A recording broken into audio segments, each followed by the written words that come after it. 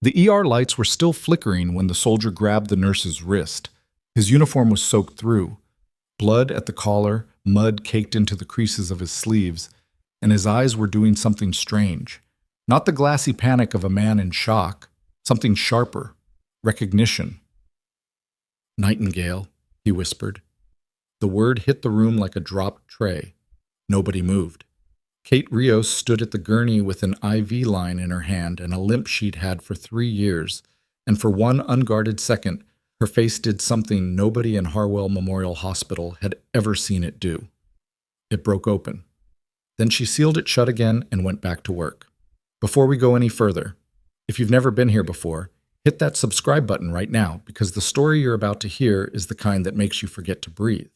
Stories like Kate's, where the person everyone wrote off turns out to be the most dangerous, most extraordinary person in the room, that's what this channel is built for.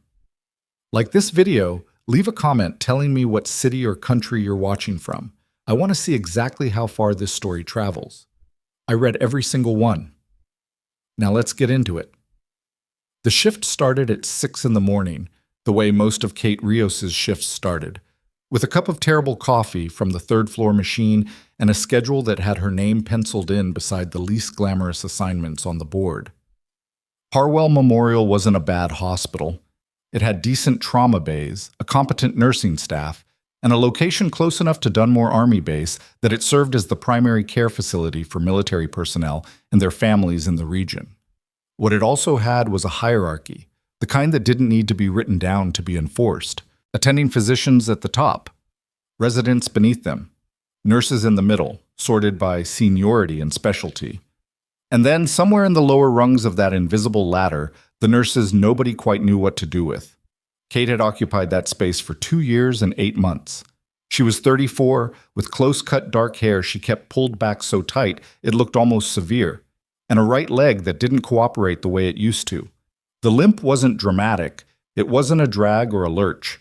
But it was there, a slight favoring on the right side that became more pronounced after hour 6 of a 12-hour shift. She'd gotten used to people noticing it. She'd gotten very good at not caring that they noticed. Dr. Preston Hale was the chief attending on the trauma unit, and he largely ignored her the way he ignored most of the nursing staff, which was to say, completely, unless something went wrong, at which point he ignored them selectively. It was Dr. Marcus Sloan who made Kate's mornings interesting, and not in any way she appreciated.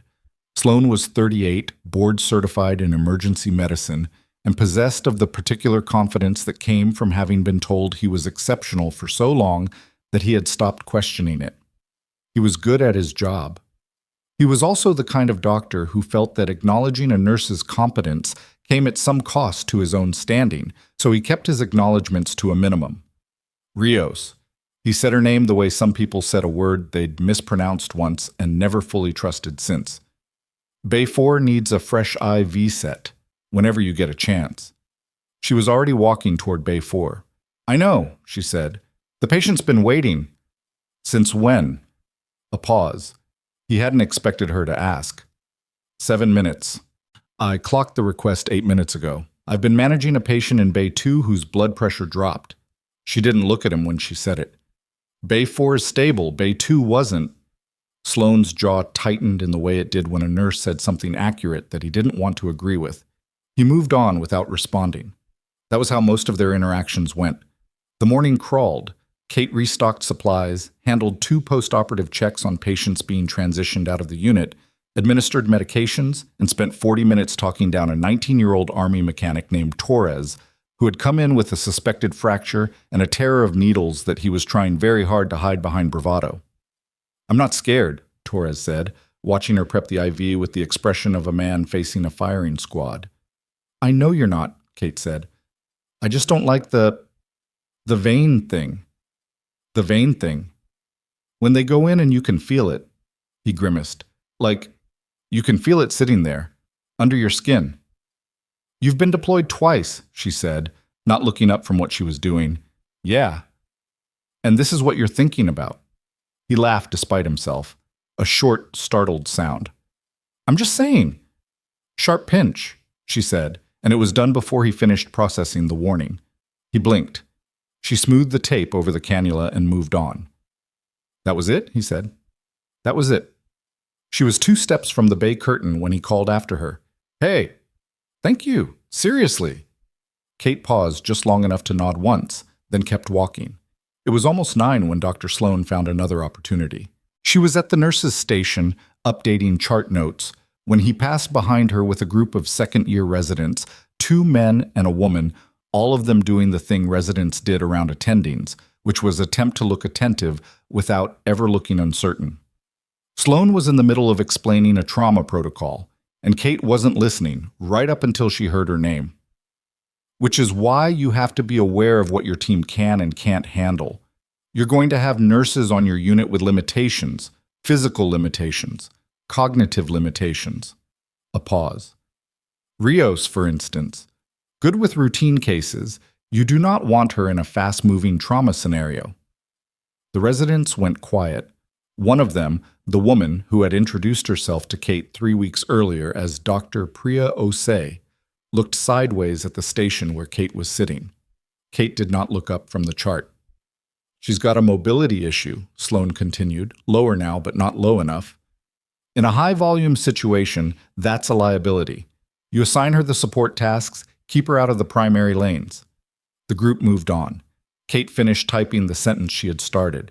Then she went back and corrected a medication note she'd transposed wrong because her hands had done something she didn't want them to do, and she'd hit the wrong key twice. Later, in the supply room, she stood with her back to the door and pressed the heels of her palms against the cool metal shelf and breathed out through her nose, slow and steady, the way she had trained herself to breathe in situations that were worse than this one. Much worse. It passed. Nadia Voss, one of the senior nurses who'd been at Harwell for 11 years, found her there 3 minutes later. "I heard," Nadia said. "It's fine." "It's not fine, Kate. It's not new either." Kate turned around. Her expression was controlled. Not blank exactly, but sealed.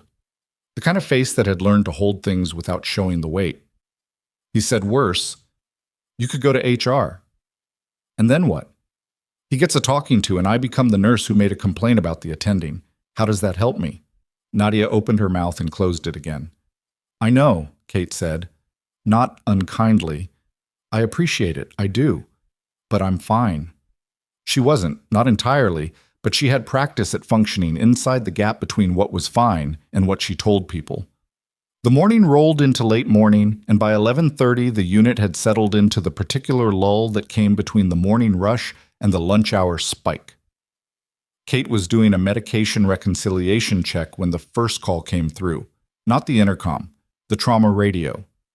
The sound was different from the paging system. Lower frequency, more crackle. And it triggered a specific response in the room, the way a change in air pressure before a storm makes animals go still. Everyone near the station slowed. The voice on the other end belonged to an EMS coordinator. The words came through in clipped, efficient phrases. Mass casualty event. Training exercise gone wrong at Dunmore Army Base. Projected 12 to 17 casualties. First wave ETA, 14 minutes. Injuries including penetrating trauma, blast injuries, and at least 3 critical. The lull evaporated. Harwell's mass casualty protocol was on laminated cards posted at every nursing station. But in Kate's experience, the protocol was mostly a formality. The real response happened in the bodies of the people who'd done it before. She was moving before the charge nurse finished relaying the update, pulling supply carts into position, checking oxygen, flagging the 2 patients nearest the trauma bays for potential transfer. Sloan appeared at the other end of the unit, already in his element, loud and directive and well-coordinated. Kate would give him that. In a real emergency, he shifted into something functional. He started assigning positions, so residents to specific bays, nurses to support roles, and when he got to her, he pointed at the far end of the room. "Rios, supply coordination. Keep the carts stocked and make sure we have blood product access confirmed." She looked at him for 1 second. "What?" he said. "The trauma bays are going to need more hands than you have allocated." "I know how to run my unit." "I know you do." She kept her voice flat and informational. I'm telling you that if you've got 3 criticals coming in simultaneously, you'll want supply coordination, Rios. That's where you're most useful today." He turned away. She went to the supply carts.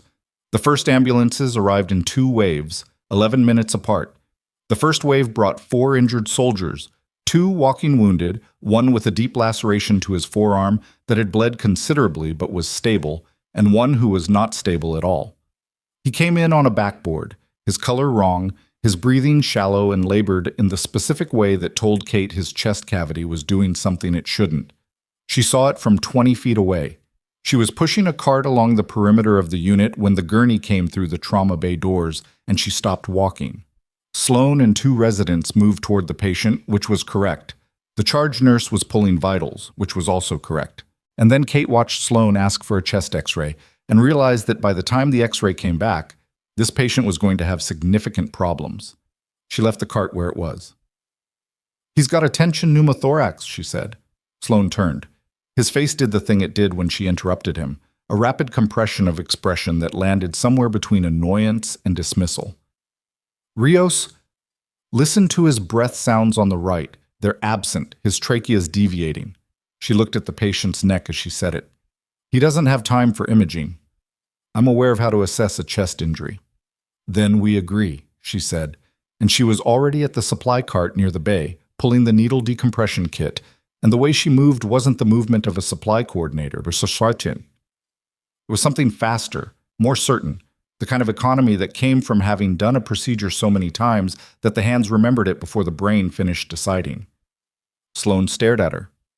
Dr. Osei, standing to the left of the gurney, looked at the patient's neck, then at Kate, then at Sloan. "His trachea is displaced," she said quietly. A half-second of silence that felt much longer. "Get the kit," Sloan said, and Kate was already handing it to him. She moved back. She did not perform the procedure. That was his role, his patient, his call. But she positioned herself where she could see the field, and she watched Sloan work, and she cataloged what he did correctly, and what he did with a fraction more hesitation than the situation warranted, and she did not say any of that out loud. The decompression worked. The patient's breathing eased almost immediately. Sloan did not look at her when it was over. The second wave arrived 12 minutes later. 8 more soldiers, a range of injury severity, the kind of controlled chaos that a unit drills for but that always feels different when it's real. Kate stopped being a supply coordinator somewhere around the 3rd minute of the second wave because there simply wasn't anyone else available to do what needed doing. She moved between bays, assisted with assessments, administered medications under physician orders, held pressure on a wound that needed continuous manual compression for 7 minutes straight, while the resident assigned to the case dealt with a secondary patient. Nobody told her to stop. Nobody told her to keep going either. She simply worked.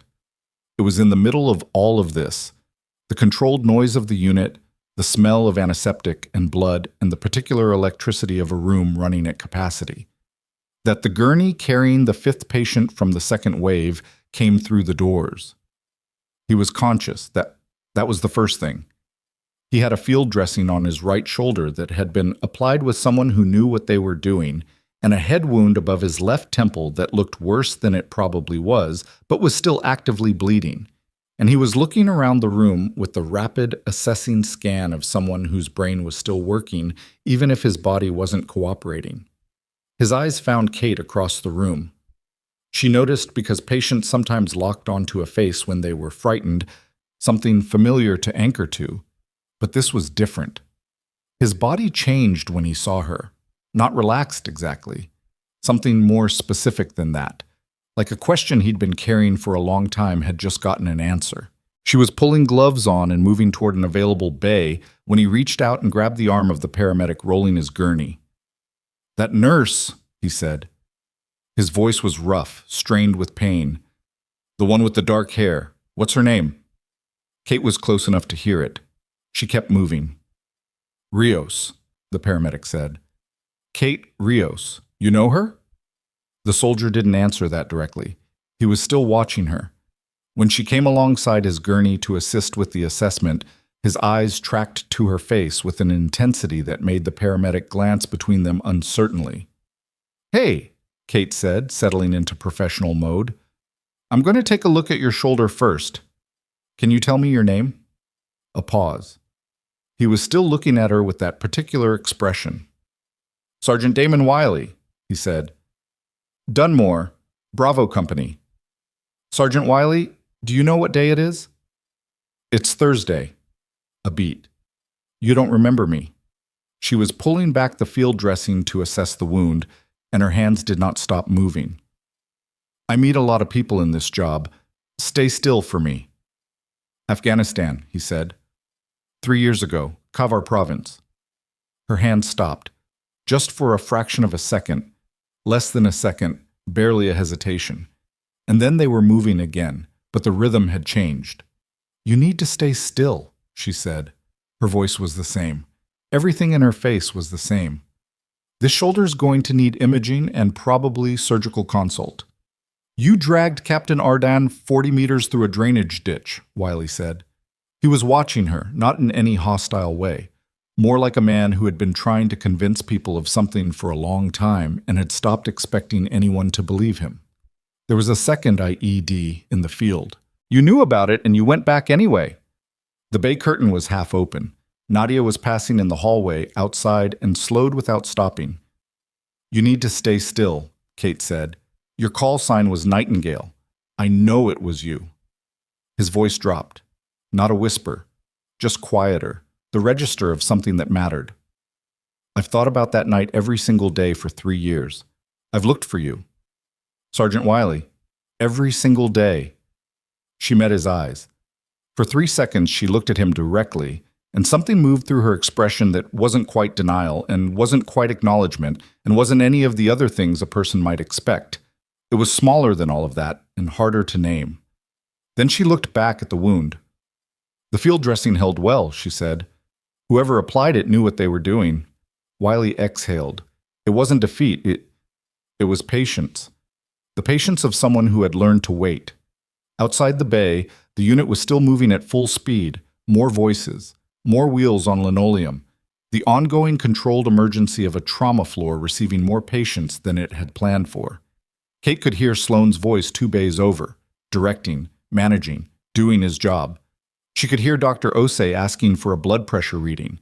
She could hear the specific rhythmic beeping of monitors coming in and out of phase with each other the way they did when multiple bays were active simultaneously.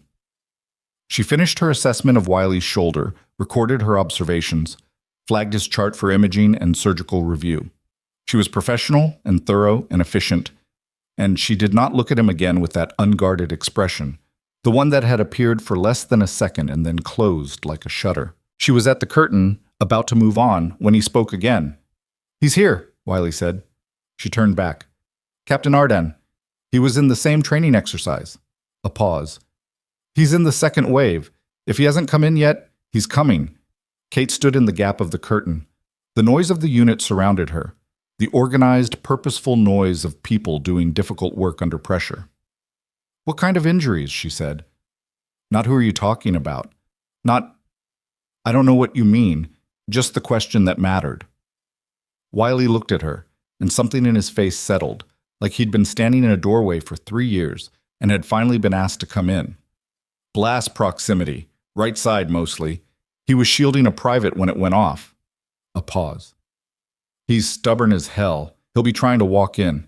Kate nodded once. Then she stepped back into the unit. She didn't run. She moved with purpose, which was different and faster. She found Nadia at the nurse's station and said quietly, Next wave in. Watch for a blast injury, right-sided, possible shielding position. He may be ambulatory or presenting as more stable than he is. Flag him for priority assessment. Nadia wrote it down. She didn't ask how Kate knew. Kate went back to work. 18 minutes later, the doors at the end of the unit opened, and a man walked through them who was trying very hard not to let anyone know that walking was costing him considerably. He was broad-shouldered and somewhere in his late 30s, with a military bearing that persisted even when everything else about his posture was screaming. His right side was wrong in the specific way that right-sided blast proximity made things wrong. Held slightly differently, moved with a caution that looked like discipline but was actually pain management. His eyes swept the room in the same rapid assessment pattern that Wiley's had, and Kate recognized it for what it was. Trained situational awareness, not panic. He was almost to the intake desk when she reached him. "You need to sit down," she said. He looked at her. And everything in Damon Wiley's face when he'd first seen Kate, that recognition, that weight, that specific stillness, was present in this man's expression multiplied by something larger. 3 years of something larger. His voice, when it came, was careful, like he was testing the reality of what he was seeing. "Nightingale," he said. The word hit the room again. Nadia, 2 feet away, went completely still. A resident passing behind them slowed without meaning to. Kate looked at him steadily. Her jaw was set. Her hands were at her sides. "You need a bed," she said, "and imaging, and to stop using that arm." "It's you," he said.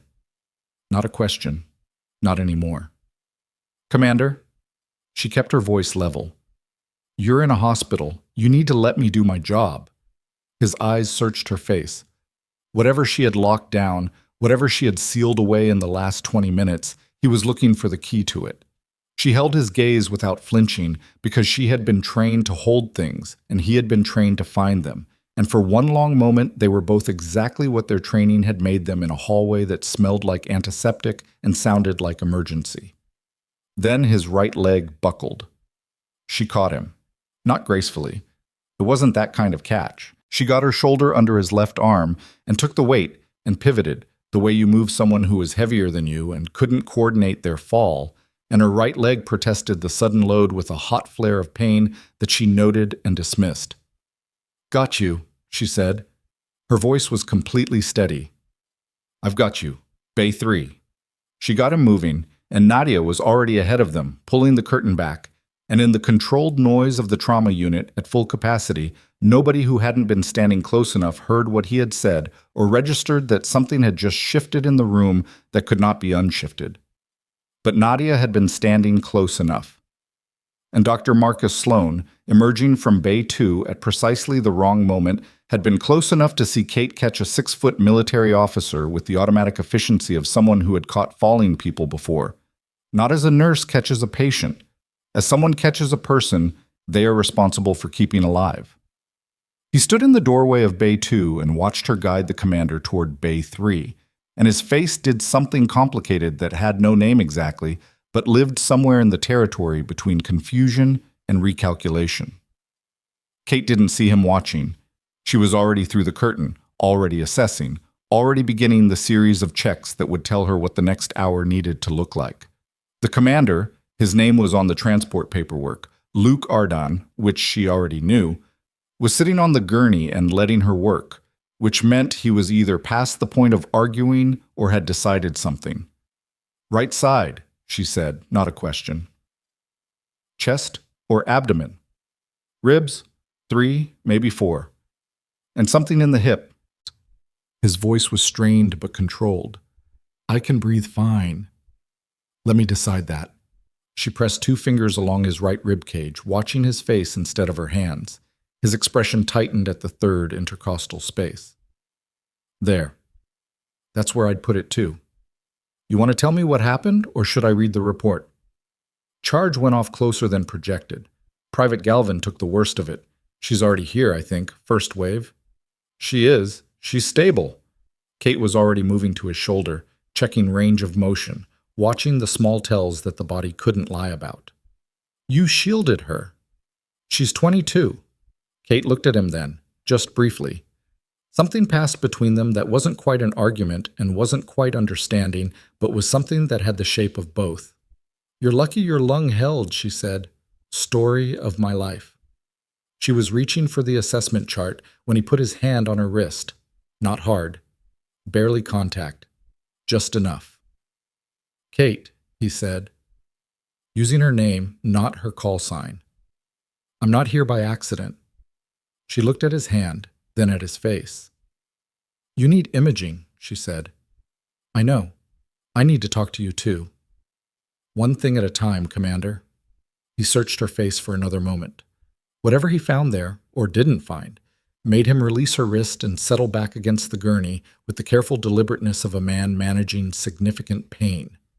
She ordered the imaging. She updated the chart. She did everything that the next phase of his care required, and she did it with the same precision and economy that she brought to everything, and she did not let her face do anything she didn't want it to do. But when she stepped out of Bay 3 and let the curtain fall behind her, she stood for 3 seconds with her back to the rest of the unit, and she pressed her right hand flat against the wall, and she breathed the way she had trained herself to breathe. Then she turned around. Sloan was standing 6 feet away. He wasn't blocking her path. He wasn't being aggressive or confrontational. He was just there, with an expression she'd never seen on him before, something stripped of the usual easy authority. "Rios," he said. "I need to flag Commander Ardon's chart for surgical consult," she said, and moved past him. She felt him watching her go. She didn't turn around. Down the hall, in Base 7, Sergeant Damon Wiley was lying on his gurney with his eyes open, staring at the ceiling tiles. When the curtain rustled, he looked over, and when it turned out to be a resident checking his chart, rather than the nurse with the dark hair and the limp that had never slowed her down, not once, not in 40 meters of drainage ditch under fire, not in a trauma unit running at capacity. He looked back at the ceiling. He had waited 3 years. He could wait a little longer. But across the unit, in Bay 3, the man on the gurney had stopped waiting. He had found her. And the thing he had come here to say, the thing that had nothing to do with a training accident and everything to do with what had happened 3 years ago in a place that didn't officially exist, was already building pressure behind his expression like a charge looking for the moment to go off. Kate Rios had spent 2 years and 8 months becoming someone nobody noticed. The next few hours were going to make that very difficult to maintain. And Kate Rios knew it the way you knew a storm was coming. Not from the sky, but from the pressure behind your eyes. She did not go back to Bay 3 right away.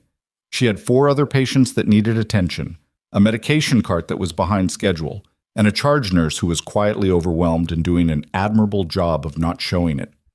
Kate focused on those things because they were real and immediate and required her hands and her brain in the particular way that left no room for anything else. That was the thing about emergency nursing that nobody explained before you did it. It wasn't the adrenaline that got you through. It was the specificity. You couldn't think about Afghanistan while you were recalculating a dopamine drip. The math wouldn't let you. Sloan called a brief unit huddle at the 40-minute mark, post-second wave, to redistribute patient assignments as the acute phase settled. He went through the list efficiently, allocated the stable patients to specific nurses, flagged 3 for continued monitoring, and then reached Commander Ardon's chart. Bay 3 is a blast proximity, right-sided, probable rib fractures, possible hip involvement. Awaiting imaging. He looked up. "Osei, you're on primary." Dr. Osei nodded. Rios continues support on the floor. He moved on to the next patient without pause. Kate wrote nothing down. She didn't need to. She moved to the next item on her list and told herself the relief she felt at being removed from Ardon's direct care was purely professional. One less complication, one less thing requiring active management. She told herself that and mostly believed it for about 12 minutes, which was how long it took for Dr. Osei to find her in the hallway outside Bay 6. "The commander in Bay 3 wants to speak with you," Osei said. She said it neutrally, which was its own kind of statement. "He's asked twice. Politely, but twice.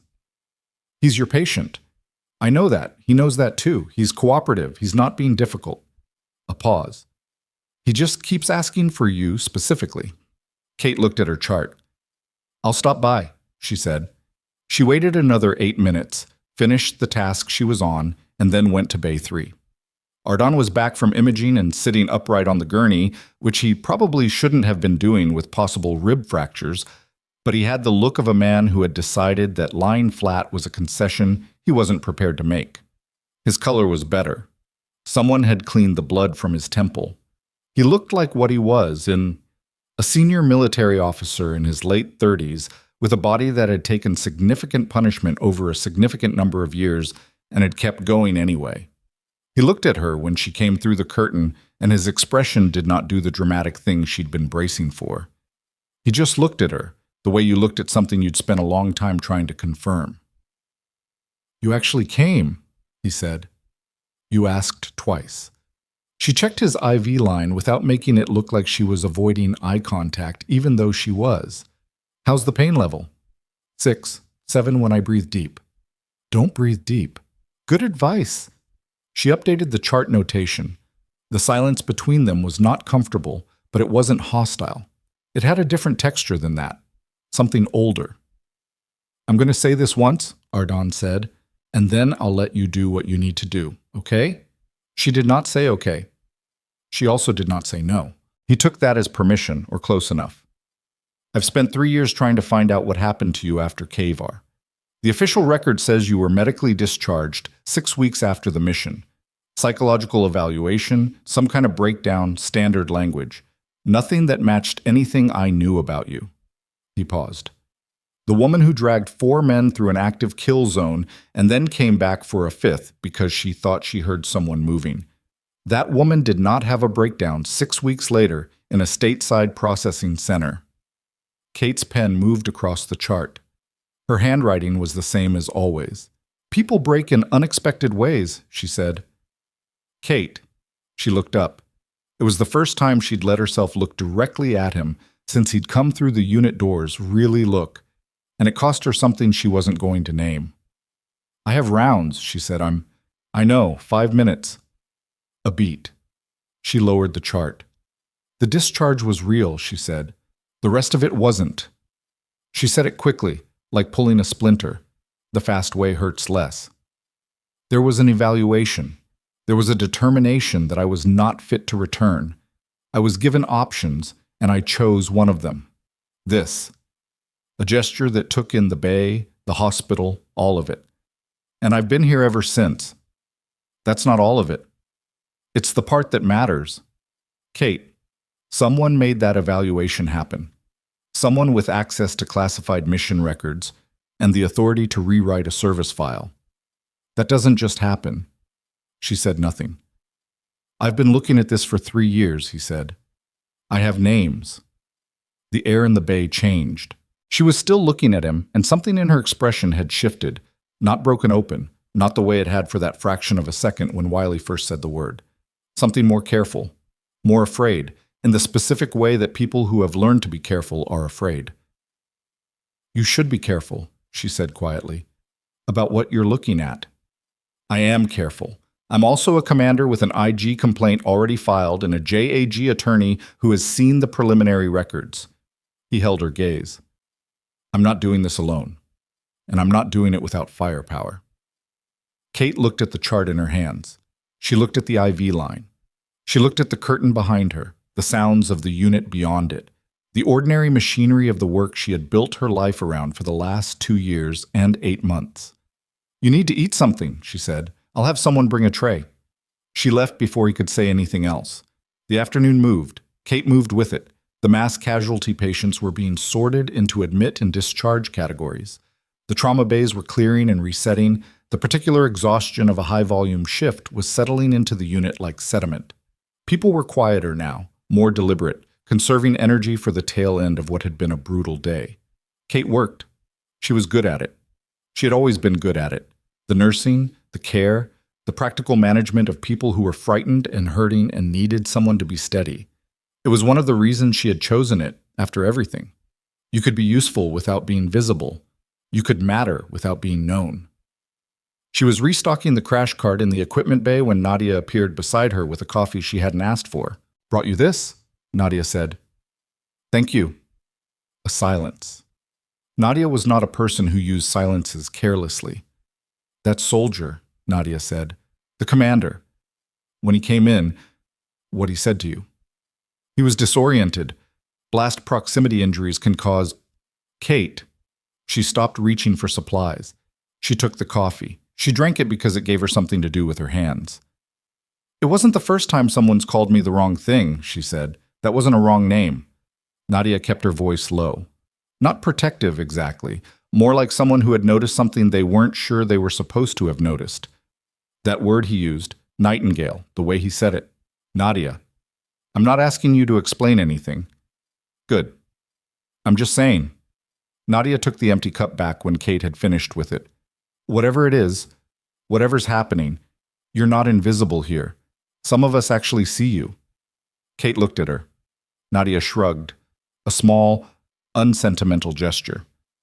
Just so you know. She left Kate alone with that. The crash cart was fully restocked by the time Kate processed what Nadia had said. And then she went back to work because the work was always there, and it always needed doing, and that was one thing she had never found a reason to resent. It was close to 4 in the afternoon, 6 hours into what had become a very long day, when the situation with Sergeant Wiley escalated into something new. She was at the nurses' station when the call came from Bay 7. Wiley was agitated, refusing the sedative the resident had ordered and asking for Kate by name. The resident on his case, a third-year named Dr. Ferris, came to the station with the expression of someone who had tried 3 reasonable approaches and was out of ideas. He says he'll take the medication if you administer it, Ferris said. I'm not his nurse of record. I know, he knows. He just... Ferris stopped. He's not being irrational. He's not aggressive. He says he has something he needs to tell someone and he wants it to be you before he goes under. Kate set down what she was doing. Wiley looked worse than he had 3 hours earlier, which was the normal progression of blast and shrapnel injuries. The adrenaline wore off and the body started presenting its accounting. His shoulder was wrapped and his face had the gray, clammy quality that meant his pain was working harder than the medication keeping up with it, but his eyes were clear. I know you don't want to hear this, he said when she came in. I need you to take the medication, Sergeant. I will. In a minute. He shifted against the pillow and winced and kept going. There's a man. His name is Cole Mercer. He's been looking for you. The bay was quiet. Kate stood near the foot of the gurney. He's not military, Wiley continued. I don't know exactly who he works for, but he's government, some kind of oversight position. He reached out to 2 guys from my unit about 8 months ago, asked about Kavar, about the mission, about who was there. He knew details he shouldn't have known. Wiley's voice was steady, but the effort behind it was visible. I didn't talk to him. Martinez did. Martinez said the guy wasn't asking questions like he was looking for answers. He was asking like he was confirming something, like he already knew and he was checking who else knew. Kate said nothing. After Martinez talked to him, Martinez got a noise complaint filed against his off-base housing, lost his rental, then a minor disciplinary thing at work that didn't amount to anything, but it was there. Wiley watched her face. I'm not saying those things are connected. You're saying those things are connected. I'm saying they happened in that order. A pause. And I'm saying that Ardon has been looking into Kavar for months, and 3 weeks ago someone filed a formal complaint with the base IG suggesting Ardon had mishandled classified materials. The complaint disappeared in 48 hours. Someone with authority shut it down. But it was there. Kate's hands were very still at her sides. This man Mercer, she said. Did you get a description? Late 50s. Civilian. Martinez said he had a military background but wasn't active, say, the way he carried himself. Wiley paused. He had a thing on his lapel, some kind of Defense Department badge, but Martinez couldn't read the specific designation. Okay, Kate said. It wasn't acknowledgement of anything in particular. It was just the word she had available. Take the medication, she said. Wiley looked at her for another second. You know who he is. Take the medication.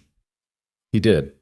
She watched him do it, and she stayed until he was under, and then she left the bay and stood in the hallway outside with her back against the wall and her arms crossed and her brain doing the rapid inventory it had learned to do in situations that required quick orientation. Cole Mercer. She knew the name. She had known it for 3 years in the way that you knew the name of something you had decided not to look directly at, because looking directly at it had consequences, and the cost of those consequences landed on people other than yourself. She had a sister, Mia, 28 years old, finishing a PhD in biochemistry at Thornwell University, 40 miles north of Dunmore. Mia had no idea about any of this. Not Kavar, not the mission, not the real reason Kate's service record said what it said. As far as Mia knew, Kate had been injured in the field, medically discharged, and had rebuilt her life in healthcare. The gap between that version and the true one was exactly the kind of gap that a man like Cole Mercer could fill with leverage. Kate pushed off the wall. She needed to think.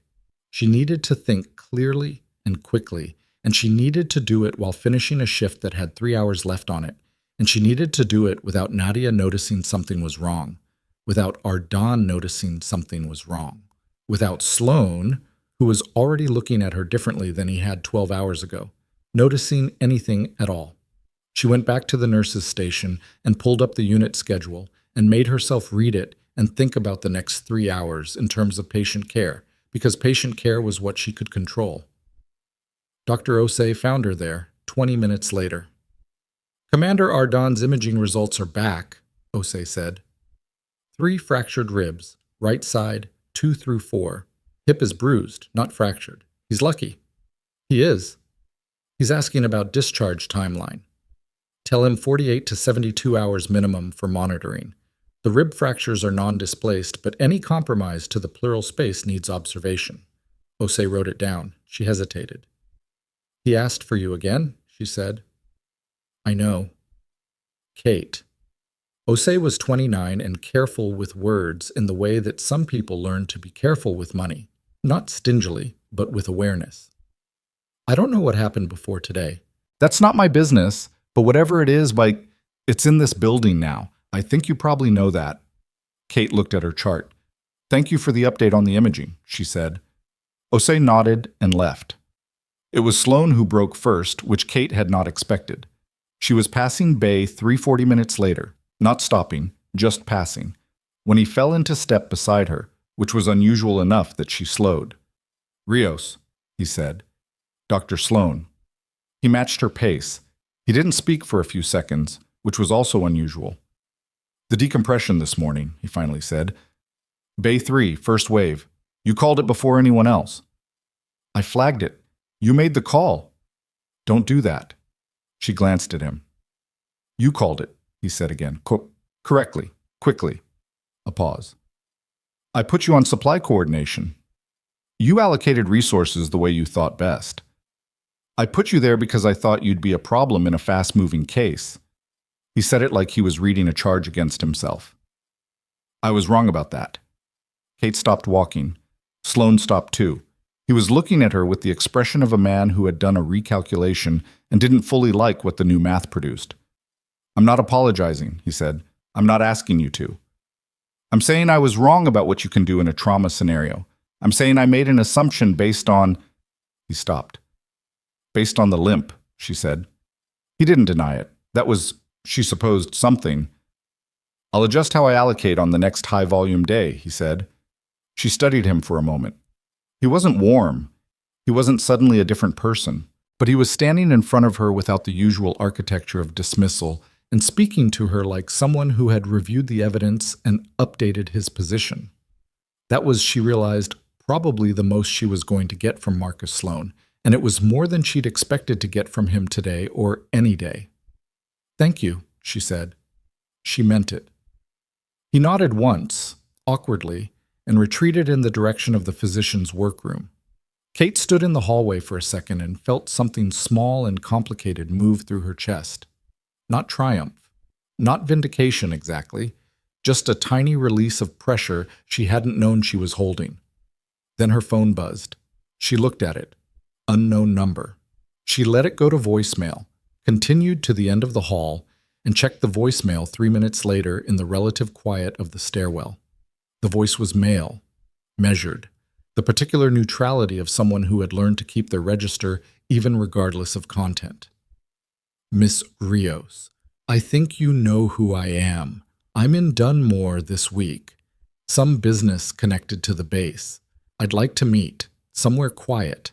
I know you've been talking to people today who have interesting things to say, and I think we should speak before this gets more complicated than it needs to be. For both of us. And for the people you care about." A pause. "I'll call again tomorrow. Have a think about it." The message ended. Kate stood in the stairwell with the phone in her hand and the sound of her own breathing in the enclosed space. Cole Mercer. Not a name from the dark anymore. A voice on her phone. A man in her city. She thought about Mia.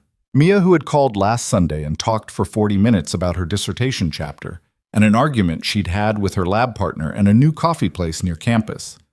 Mia, who said, "I love you," Katie. before she hung up and meant it simply, the way you meant it when you had no idea that the person on the other end was carrying something that could flatten both of you. She put the phone in her pocket. She thought about what Ardon had said. Names. An IG complaint already filed, a JAG attorney, 3 years of careful work, the kind that left paper trails that could not be made to disappear in 48 hours. She went back to the floor. There were 2 hours left on her shift, and she worked them the way she worked everything, thoroughly, without shortcuts, attending to each patient with the full weight of her attention because they deserved it and because it was what she knew how to give. Wiley was sedated and stable. Ardon was in bed and being monitored and had stopped asking for her after her last visit, which she chose to interpret as compliance rather than giving up. Nadia handed off the end-of-shift summary at 7:45 and squeezed Kate's arm once as she passed, a quick, unceremonious contact that communicated more than a longer exchange would have. Kate clocked out at 8. She was 3 steps from the hospital's side exit, the one the nursing staff used near the parking structure, when she heard the doors behind her open. She turned, expecting Nadia, or one of the residents. The man standing in the exit corridor was not someone she'd seen before, which she registered in the first half-second. Late 50s, civilian clothes, the particular posture of someone who had once been in a structure that gave them authority and had never quite stopped expecting it. A badge on his lapel, small and silver, not military but adjacent to it. He looked at her with the expression of someone who had been waiting, not impatiently, just waiting. "Ms. Rios," he said, "I thought I'd save us the phone call." Kate's hands were at her sides. Everything in the corridor said, the overhead lights, the distant sound of the parking structure, the smell of evening air coming through the gap in the door, went very sharp and very specific the way things went when your body recognized a threat before your mind had finished processing it. "Cole Mercer," she said. He smiled. It was not a warm smile. It was the kind that acknowledged accuracy. "We should talk," he said. "Tonight, if possible. It'll go better for everyone if we handle this now, before your friend the commander decides to take his paperwork somewhere official." Kate looked at him. She thought about Mia. She thought about the stairwell and the voicemail and the measured, neutral voice. She thought about a drainage ditch in Kavar province, 40 meters long, at night, under fire, dragging a man who couldn't move and refusing to leave him. She had not survived that to be managed by a man with a lapel badge in a hospital corridor. "I'm listening," she said. And Mercer's smile widened slightly, the way a man's smile widened when he thought he had won something. He had no idea what he was standing across from. And Kate had learned, the hard way, in the kind of classroom that didn't give you a second attempt, that the moment an adversary underestimated you was the most valuable moment you had. So she used it. "Not here," she said. She kept her voice the same register it had been all day. The nurse's voice, careful and measured, the one that didn't carry. "There's a family consultation room on the 2nd floor. It's private." Mercer studied her for a beat, recalibrating probably. He'd expected resistance or fear, and was adjusting to neither. "Lead the way," he said. She took him up the internal stairwell rather than the elevator, because stairs gave her information about a person, how they moved, where they favored their weight, whether they watched the space above them or kept their eyes forward. Mercer was fit for his age, moved economically, and watched everything. Former military, like Wiley's contact had said. Not recent. The posture was there, but the reflexes had softened around the edges, the way they did when someone had spent 15 years behind a desk, using a different set of muscles. The consultation room was empty. Kate turned on the single overhead light, which was fluorescent and unflattering, and sat in one of the chairs rather than standing, because standing in an enclosed room with an unknown quantity was a posture that communicated more than she wanted to communicate right now. Mercer remained standing. He looked at the room, the institutional chairs, the box of tissues on the side table, the closed blinds on the interior window, and then sat across from her, which told her he was confident in this situation. Overconfident, maybe. "I'll be direct," he said. "Please. Commander Ardon's investigation is going to go nowhere. The records he's been looking at are incomplete, deliberately. The chain of documentation that would connect anything to anyone meaningful doesn't exist in any form he has access to." He paused. "But the process of him looking is itself a problem. It creates attention. It creates noise in channels that are supposed to be quiet. And you want me to ask him to stop? I want you to understand why it's in your interest that he stops. Mercer adjusted the cuff of his jacket. You've built something here. Stable employment, a functional life, a sister who is doing excellent work at Thornwell. A half pause on the sister, precise enough to be intentional. That's not nothing. A lot of people who went through what you went through didn't land anywhere this clean. Kate looked at him. What exactly did I go through? She said. A small shift in his expression. I think you know. I'd like to hear your version. He was quiet for a moment, reassessing again. She watched him decide that giving her the version cost him nothing because he believed she already knew it. Kavar was a special operations support mission, he said. It went off script because of a secondary element that wasn't in the original briefing, a weapons cache that turned out to be connected to a procurement channel that certain people had an interest in keeping undisclosed. You were a combat medic on the periphery of that mission. You were good at your job and you kept several people alive who would otherwise have died, and in the process, you saw things and heard things that were operationally sensitive. And that's why my service record was rewritten. That's why your service record was simplified. He said it like the word was interchangeable. You were given a clean exit, a medical classification that entitled you to benefits, and an understanding that the matters you'd been proximate to were classified and would remain so. I wasn't given an understanding, Kate said. I was given a choice, and the choice was made very clear. Mercer's expression didn't change. You made a rational decision. Most people do. I made a decision that kept my sister safe. Yes, he said, simply. The words sat in the room. Kate looked at the closed blinds on the interior window. Behind them, somewhere in this building, Ardon was in a hospital bed with 3 fractured ribs and a file that had taken him 3 years to assemble. Wiley was sedated in Bay 7. And somewhere 40 miles north, Mia was probably in her campus apartment, eating whatever she ate on Thursday nights, and having no idea that her name was in this room being used as a lever. What do you need from me specifically? Kate said. A conversation with Commander Ardon. Tonight, if possible. He trusts you. That was obvious from the moment he came through those doors. You ask him to pause the investigation, not permanently. Just long enough for certain records to be reorganized. After that, everything quiets down, for everyone. And if I don't? It wasn't a question exactly. It was an invitation for him to be specific about the threat, because specific threats were actionable and vague ones weren't. Mercer looked at her with the expression of someone who had given this speech before and found it tedious. You're a smart woman, Miss Rios. I don't think I need to be specific. I think you do, she said. I've been operating under a vague threat for 3 years. I've gotten used to it. If you want me to do something, you need to give me something concrete. A beat. He regarded her with something that might have been mild, reluctant respect. Your sister's research is federally funded, he said.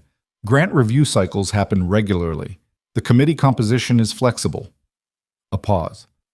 Additionally, immigration status of 2 of her lab colleagues is, let's say, in a gray area. A report to the right office creates complications. Kate heard it all. She kept her face the same. You'd hurt people who have nothing to do with any of this, she said. I'd prefer not to do anything. That's entirely your choice. She nodded slowly, like she was processing it, like it was landing the way he expected it to land. She let the silence run for 5 seconds, long enough for him to feel like the room had settled in his favor. Then she said, I'll need until tomorrow morning. That's reasonable. And I want your direct number, not the blocked one. He considered it, then produced a card from his inside pocket. Plain white. A phone number handwritten on it. No name or designation. He set it on the table between them and stood. Tomorrow morning, he said. Before 10. Before 10, she said. He left. She listened to his footsteps in the hallway, measured and unhurried, the footsteps of a man who believed he had accomplished what he came to accomplish. She listened until they faded. Then she sat in the fluorescent light of the consultation room and did not move for almost 2 minutes. She was not spiraling.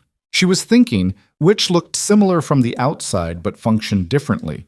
The inventory happening behind her eyes was rapid and cold and organized, the same process that had assessed drainage ditch terrain at night in a province she'd never trained for. She cataloged what she knew, what she didn't know, and what she could do in the next 12 hours. She left the room and went back to the hospital floor. Ardon was awake.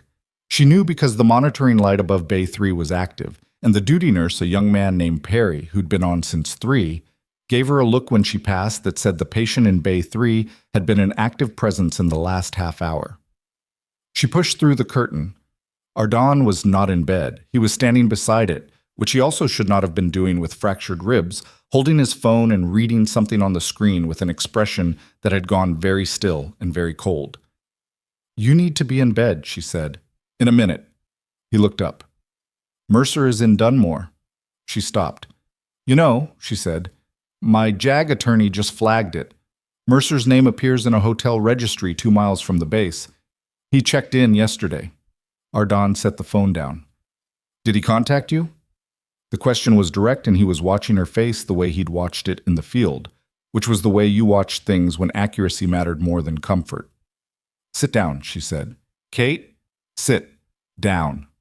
She said it the way she'd said, "I've got you in the corridor 6 hours ago." Not a request. He sat. "Yes, he was here. I talked to him." "When?" 20 minutes ago." Ardon's jaw tightened. What did he want? She told him. Efficiently, without editorial, the way she'd been trained to report. The consultation room, the conversation, the offer with the lever underneath it, the card with the handwritten number. Ardon listened with the stillness of someone managing a strong reaction through deliberate choice. When she finished, he was quiet for 3 seconds. "Mia," he said. He knows her name, her program, her funding structure, her lab colleagues. That means he's had eyes on you for a while. Not just since today. "I know." "How long?" "I don't know." She met his eyes. "That's the part that worries me." Ardon reached for his phone again. "I'm calling JAG right now," he said. "Don't." He stopped. "Not yet," she said. "If you call tonight, it triggers something official. Something Mercer can see coming. He has access to channels. You said that. The IG complaint that disappeared in 48 hours. If he sees legal action moving before we know what he actually has access to, Mia becomes a target before we can protect her." Yes. The silence between them had the weight of a problem with no good immediate solution, which was its own kind of pressure. The kind that required you to sit with the discomfort of not acting when acting felt necessary. "You have until tomorrow morning," Ardon said. "I have until before 10, yes." "So we have tonight." He was thinking, she could see it, not panicking, not catastrophizing, just running the variables. 3 years of running variables on this particular problem had given him practice. "I have a contact at the FBI field office in Dunmore. Not official. We went through ranger selection together. He's been watching this situation as a courtesy. If I reach out to him tonight, off book, he can have someone on Mia's campus by morning without anything going through a channel Mercer could monitor." Kate looked at him. "You trust him," she said. "With my life. Twice, actually, in the literal sense. And he can move that fast without a paper trail?" "He can move that fast. The paper trail comes after." A pause. "This is what I've been building toward, Kate. The whole architecture, the JAG attorney, the IG filing, the records I've compiled, it's all aimed at getting Mercer and whoever is above him into a position where the evidence is already out of their reach before they know it's gone." He watched her. "Tonight might be when we move from the setup to the actual play." She thought about Mia again, about the Sunday phone call, about the dissertation chapter. "Make the call," she said. He made it. She listened to his side of the conversation, careful, abbreviated, the shorthand of 2 people who had spoken in a professional register long enough to communicate efficiently. And she pulled up the chair beside the bed and sat in it, and for the first time since 6 that morning, she let herself be still. The stillness didn't last. Her phone buzzed at 9:47 with a message from an unknown number. Different from Mercer's blocked line, different from the card. No text. A photograph. She looked at it. The photograph was of the front entrance of a building she recognized. The architecture was specific, a converted industrial space that Thornwell University used for graduate research labs, including the biochemistry department. The photograph was recent. The timestamp in the metadata, which she checked by habit, was 3 hours ago. Just the building. No people, no explicit threat. Just the building and the knowledge that someone had been there 3 hours ago and wanted her to know it. Her hands were steady. Her hands were always steady. That had been one of the first things her field instructor had noted about her in training. Rios's hands don't shake, which means either she's not feeling it or she's a better actor than anyone here. And she had never told anyone which one it was. She showed Ardon the photo. His expression went through something rapid and then settled. "That's tonight," he said. "Yes." Not a warning, a demonstration. "He wanted me to know he doesn't need until tomorrow morning." She kept her voice level. "He already has eyes on her." Ardon spoke 4 sentences into his phone. When he hung up, he looked at her. "Reyes is moving now. He'll have someone at Thornwell within the hour. If Mercer's people are already there, then Reyes's people will see them." He held her gaze. "Kate, she's not alone." She nodded. The nod cost her something. Acceptance was never free, but she managed it. What happened next happened quickly, which was generally how things happened when the situation had been building pressure for long enough. At 10:12, Ardon's JAG attorney, a woman named Sandra Fitch, who apparently kept late hours, sent him a document that had come through a secure channel, a partial record pulled from a classified archive by someone inside the system who had apparently decided that the risk of pulling it was worth taking.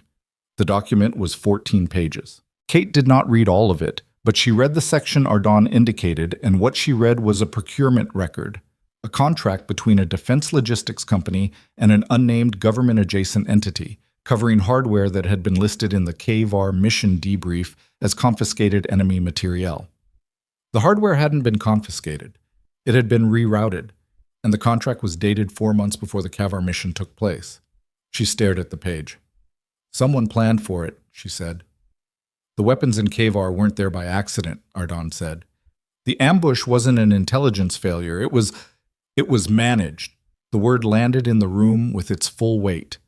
Someone needed the mission to go sideways enough to justify losing certain inventory records. And it went too far sideways, and now there were witnesses. You, me, Wiley, 4 others. And they spent 3 years getting everyone to a place where nobody would believe us if we talked. Or keeping the people most likely to talk too afraid to do it. He said it without accusation. He said it like a fact, which it was. Kate looked at the procurement document for another moment. Then she took a photograph of the page on her phone, and another, and a third from a different angle. And then she forwarded all 3 to a number that she had memorized 3 years ago and never deleted and never used, because the only reason to use it was if the situation had become the specific kind of situation she was now sitting in. Ardon watched her do it. "Who is that?" he said. "A journalist," she said. "Investigative. She's been covering defense procurement irregularities for 6 years. She's good, and she's careful, and she's not based in this state." She put the phone down. "Those photos are on a server she controls that isn't connected to anything Mercer has a reach to. It's not admissible as anything, it's not official, but it means the information exists somewhere outside this room." Insurance. Dead man's switch, more or less. She met his eyes. If something happens to us tonight, she has enough to start asking questions publicly. That changes the cost calculation for anyone thinking about making problems disappear. Ardon looked at her for a long moment. "You've been thinking about this for 3 years," he said. "I've been thinking about what I'd do if I ever had something worth protecting. Tonight, I have something worth protecting." He was quiet for a beat. "You're not invisible, Kate," he said. She didn't answer that. She looked at the document on his screen instead.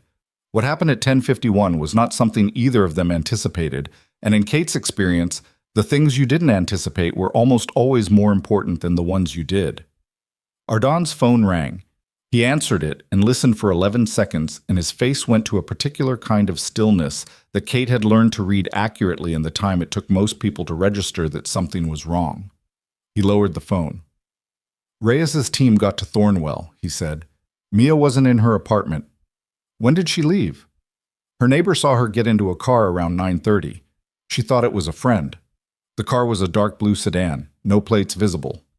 9:30, before the photograph, which meant the photograph hadn't been a warning about what might happen. It had been a notification about what already had. Kate stood. The chair scraped back and she was on her feet, and every system in her body shifted gear simultaneously in a way that was not panic. Panic was noise. Panic was inefficiency. Panic was the enemy, but was a complete and total reorganization of priority. Mia was not in her apartment. Mia was in a car that someone had sent for her, and Mia did not know that sending for her was possible, that she was leverage, that the PhD student doing dissertation work on a Thursday night was a piece in something she had never been told existed. Ardon was already talking to Reyes again, low and fast. Kate stood in the bay with her hands at her sides and her brain running the calculation. Where, who, how long, what they wanted, and what they were willing to do to get it. She had told Mercer she needed until tomorrow morning. He had responded by taking the variable that gave her a reason to cooperate, which meant tomorrow morning was no longer the timeline, which meant the next move was hers, and it needed to happen now. Luke, she said. He looked at her.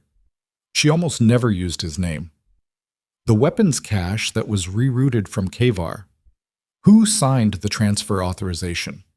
He pulled up a screen on his phone, scrolled, handed it to her. The name at the bottom of the authorization was not Cole Mercer. It was a military designation, a rank and a name. The rank was Colonel. The name was Adrian Pike.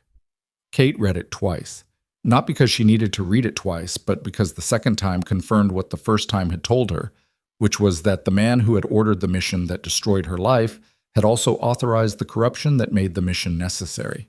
And Colonel Adrian Pike had retired from active duty 14 months ago.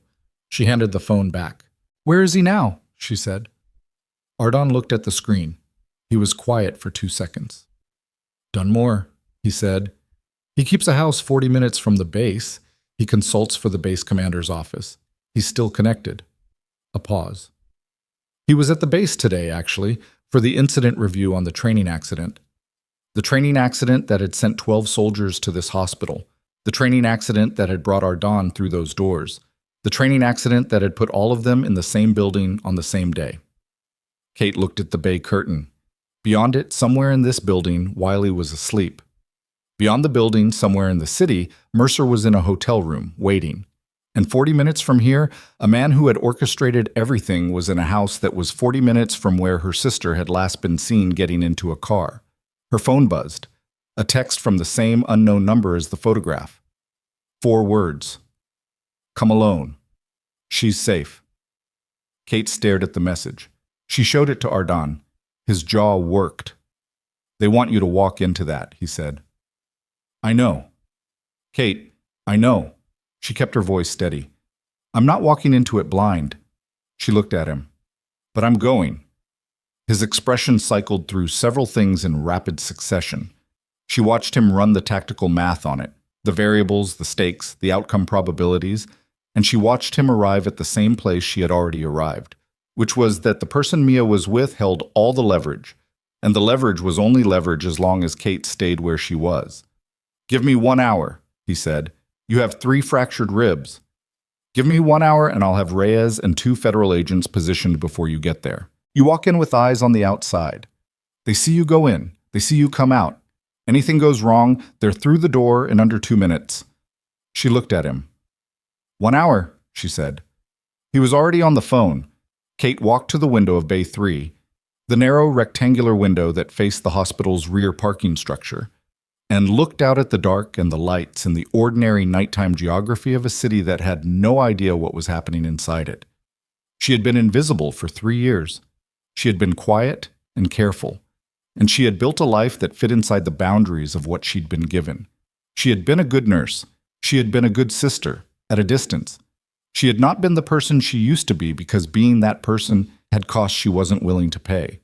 Tonight the costs were being extracted anyway. She thought about the drainage ditch, 40 meters. At night, under fire. She had not gone back for the fifth man because she was fearless. She had gone back because leaving him was not something she could do and still be the person she needed to be afterward. The fear had been there the whole time, running underneath everything like a current. And she had functioned through it because functioning through it was the only available option. The same math applied now. Her phone buzzed again. This time it was a location. A pin drop. No text. She looked at it. An address on the south end of Dunmore, in the district of converted warehouses near the old freight terminal. She had driven past that area 100 times without looking at it. She memorized the address. She deleted the messages. She turned from the window. Ardon was still on the phone, his voice tight and efficient, and she heard enough to know that he was moving the pieces he had available with the speed that the situation demanded. She checked the time. 56 minutes until her hour was up. She sat in the chair beside his bed, and she was absolutely still and absolutely present, and she waited, which was the hardest thing she had ever learned to do. She waited 53 minutes, and then she moved. Ardon tried to come with her. She had expected that, had factored it into the hour she'd given him, and she stopped it the same way she stopped most things she needed to stop, which was by being direct about it before he had time to build a case. "You have 3 fractured ribs and no operational clearance," she said. "You come with me, you slow me down, and you give them something to use. Stay here. Coordinate with Reyes. That's where you're most useful." He didn't like it. He showed her he didn't like it, and then he accepted it, which was one of the things she had always respected about him. The ability to separate what he wanted from what the situation required. "Reyes has 2 people in position at the freight terminal already," he said. "A third circling. They'll hold perimeter and maintain radio silence unless you signal or unless you don't come out." He pressed a small device into her hand, an earpiece, near invisible, the kind that fit flush against the canal. "Channel 4. You don't have to say anything. Just keep it in and they'll have audio." She put it in. "If something happens inside," she said, "then we're through the door." 2 minutes. 90 seconds if they hear anything that sounds like a weapon. She looked at him. He was pale from the ribs and tightly controlled about it, and he was looking at her the way he'd looked at her in a drainage ditch, like she was the most competent person in the range of his immediate vision, and he still hated that she was the one going. "Don't do anything heroic," he said. "I never do," she said. "I just do what needs doing." She left him in Bay 3 and walked out of Harwell Memorial through the side exit and got into her car and drove south.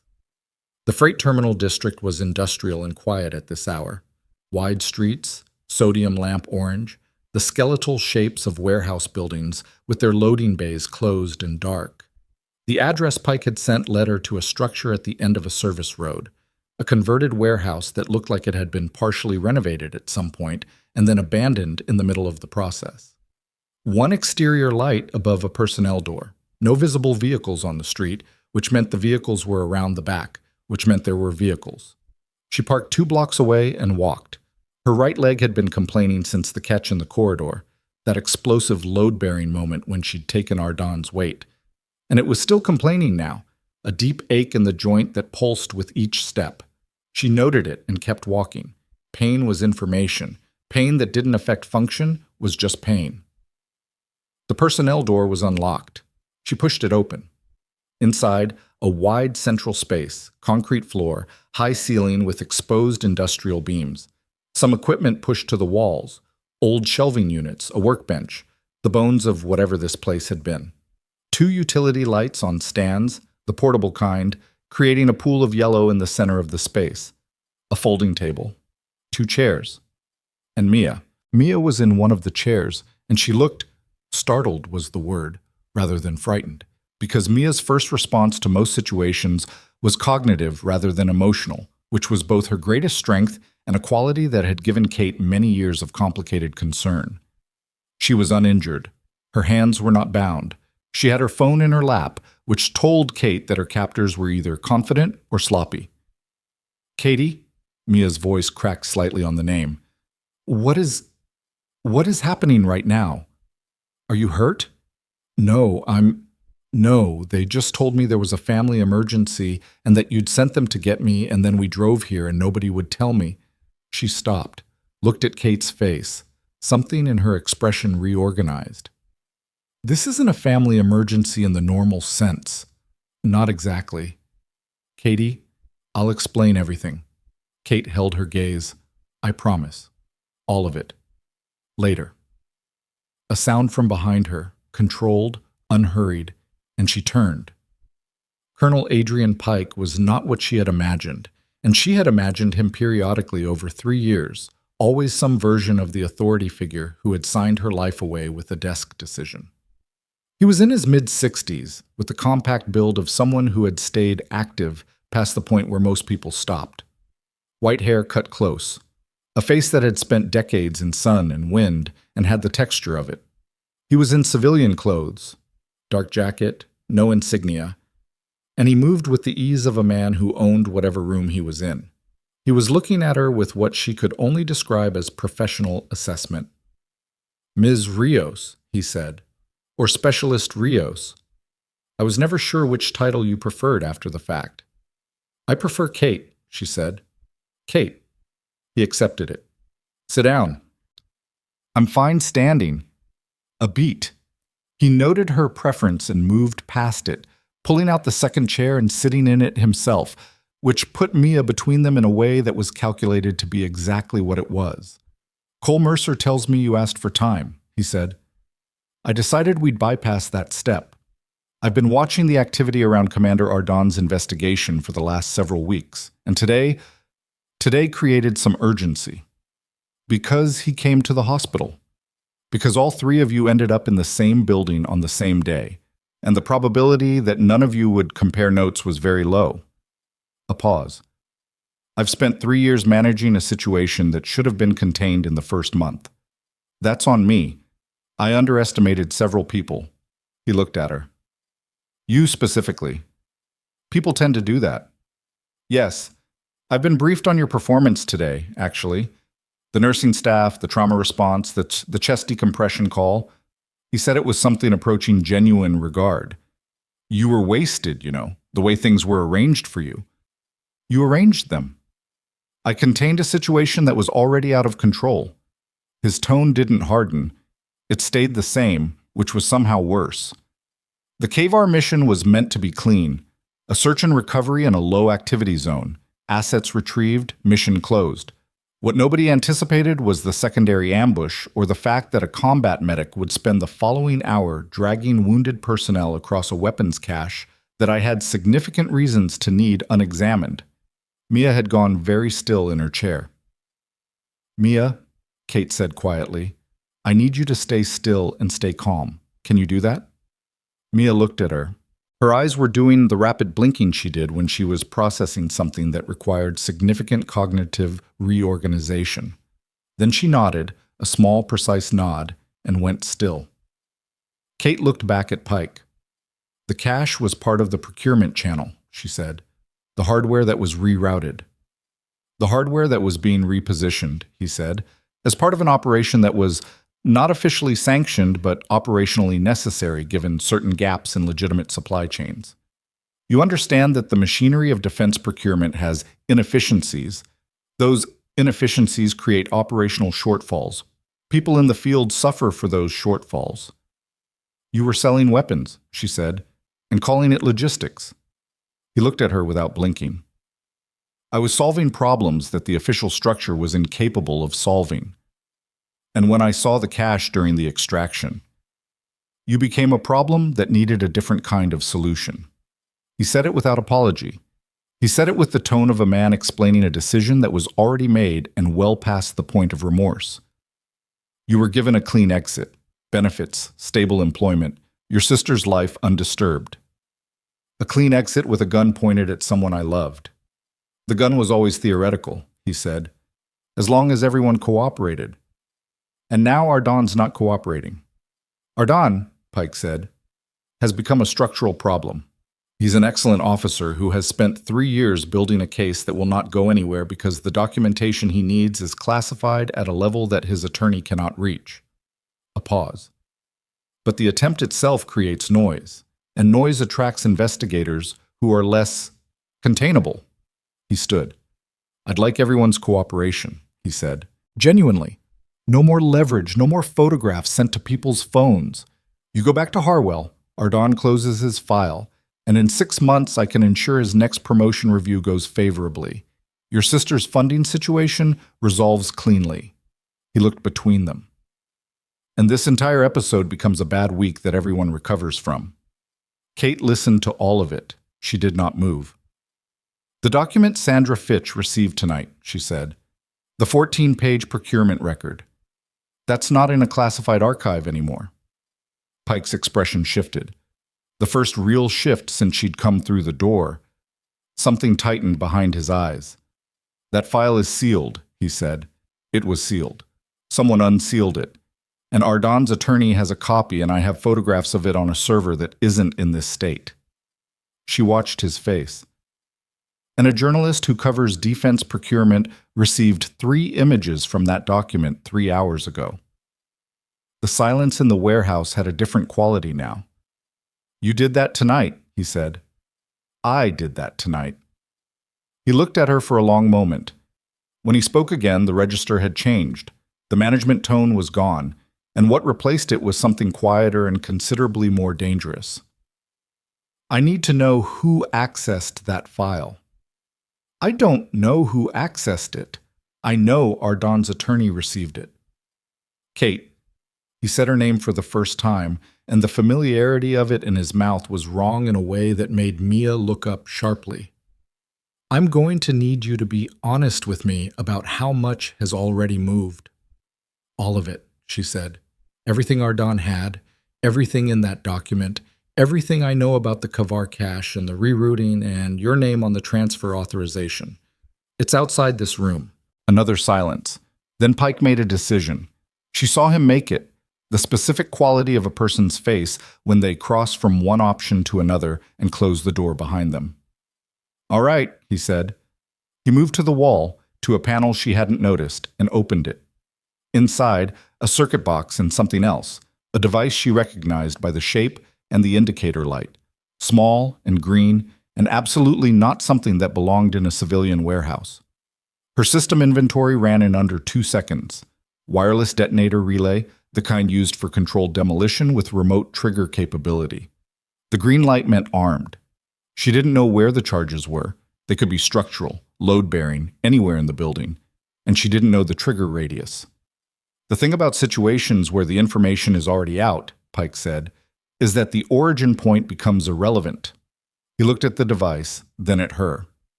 An industrial accident, gas leak and ignition. The building had documented issues. A pause. Tragic. Several people in the wrong place. Mia made a small sound. An arson investigator will find the detonator, Kate said. Her voice was the same. She was extremely angry, in the cold and specific way she had learned to be angry, the kind that didn't express itself as heat, but as clarity. They're not as easy to hide as you think. They don't need to be hidden completely. They need to complicate the investigation long enough. Long enough for you to do what? The file is already out. Long enough to establish that the file was incomplete, improperly obtained, and potentially fabricated by a disgruntled former service member with a documented history of psychological instability.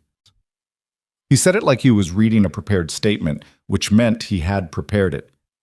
Your service record says what it says, Kate. A breakdown, an irregular discharge. 3 years of, frankly, unusual behavior. That's a narrative. She understood then. He wasn't panicking. He had a parallel strategy that he'd built along the same timeline as Ardon had built his case. And the parallel strategy was her, and the story he could tell about her. She had been invisible for 3 years, and the invisibility had never been protection. It had been preparation for exactly this. Mia, Kate said. Yeah, Mia said. Her voice was absolutely steady, which Kate recognized as the sound of Mia being afraid and deciding what to do about it. The earpiece I'm wearing, can you see it? A pause. Yes. The people on the other end of it have heard everything in this room for the last 6 minutes. Pike looked at her ear. His expression did something specific and unpleasant. They're outside, Kate said. Federal. And the device behind you is now on record as having been described by you, in your own words, as an intentional detonation mechanism in a building with 2 civilian occupants. She held his gaze. That's not a narrative problem. That's a charge. The green light on the device was still on. Pike was between her and the panel. She watched him make the calculation. The same one she'd made when she saw the device. The same one she'd been making since she walked through the door, which was that there were multiple variables she couldn't control and one she could. He reached for the trigger. She was already moving. Not fast. Her right leg didn't allow fast, not over distance, but in a compressed space. Speed mattered less than angle, and she had the angle because she had positioned herself for it from the moment he walked toward that panel. She crossed the distance in 4 steps and hit his arm at the elbow joint, the specific mechanical strike that disrupted grip without requiring significant force, and the trigger device went sideways across the floor and hit the concrete wall, and the green light went dark. She couldn't tell if dark meant disarmed, or meant the signal was broken, or meant something she didn't want it to mean. Pike was bigger than her. He was 63, and he was still significantly bigger than her, and the elbow strike had not incapacitated him, only displaced him, and he recovered the way a man recovered who had been in physical situations before, without wasted motion. He grabbed her by the collar. She did not go down. She let him have the grip because fighting the grip was inefficient, and she used the 3 seconds it bought her, him controlling the collar, weight forward, position committed, to break his balance rather than his hold, and they went down together, which was not the plan but was preferable to the alternative. Her ribs hit the floor and she lost a breath and her right leg screamed and she kept moving. He was trying to get back to the panel. She got her arm across his chest and her weight across his midline, and she put him on his back and held him there with everything she had, which was not an indefinite solution, but it didn't need to be an indefinite solution. "Mia," she said. She was breathing hard. "The door. Go." "I'm not." "Mia, go." A second's hesitation. Then the sound of footsteps, and the personnel door banging open, and the cold air moving through the warehouse. Pike was still moving under her. He was stronger. She could feel the incremental shift of leverage going in the wrong direction, and she was making her peace with the reality that she was going to lose this hold in approximately 20 seconds when the warehouse door came open again, and it wasn't Mia. It was Reyes's agents, 2 of them in tactical gear, moving fast and professional, and they had Pike off the floor and secured before Kate had fully processed that she was no longer the only thing between him and the panel. She got up. Her right leg folded under her, and she caught herself on the workbench with both hands and held there, breathing, her hip throbbing with the specific deep pulse of something that had been pushed past its capacity. Her palms had concrete dust on them. She straightened. Pike was cuffed and standing between 2 federal agents, and he was looking at her with an expression she'd never seen on him, because she'd only just met him tonight, and she'd only known him through what he'd done. And the expression was not fear, and it was not rage. It was something older and more disoriented than either, the look of a man for whom the calculus had always worked and was looking at the moment it stopped. "The device," she said to the nearest agent. "Our tech is on it. It's not active.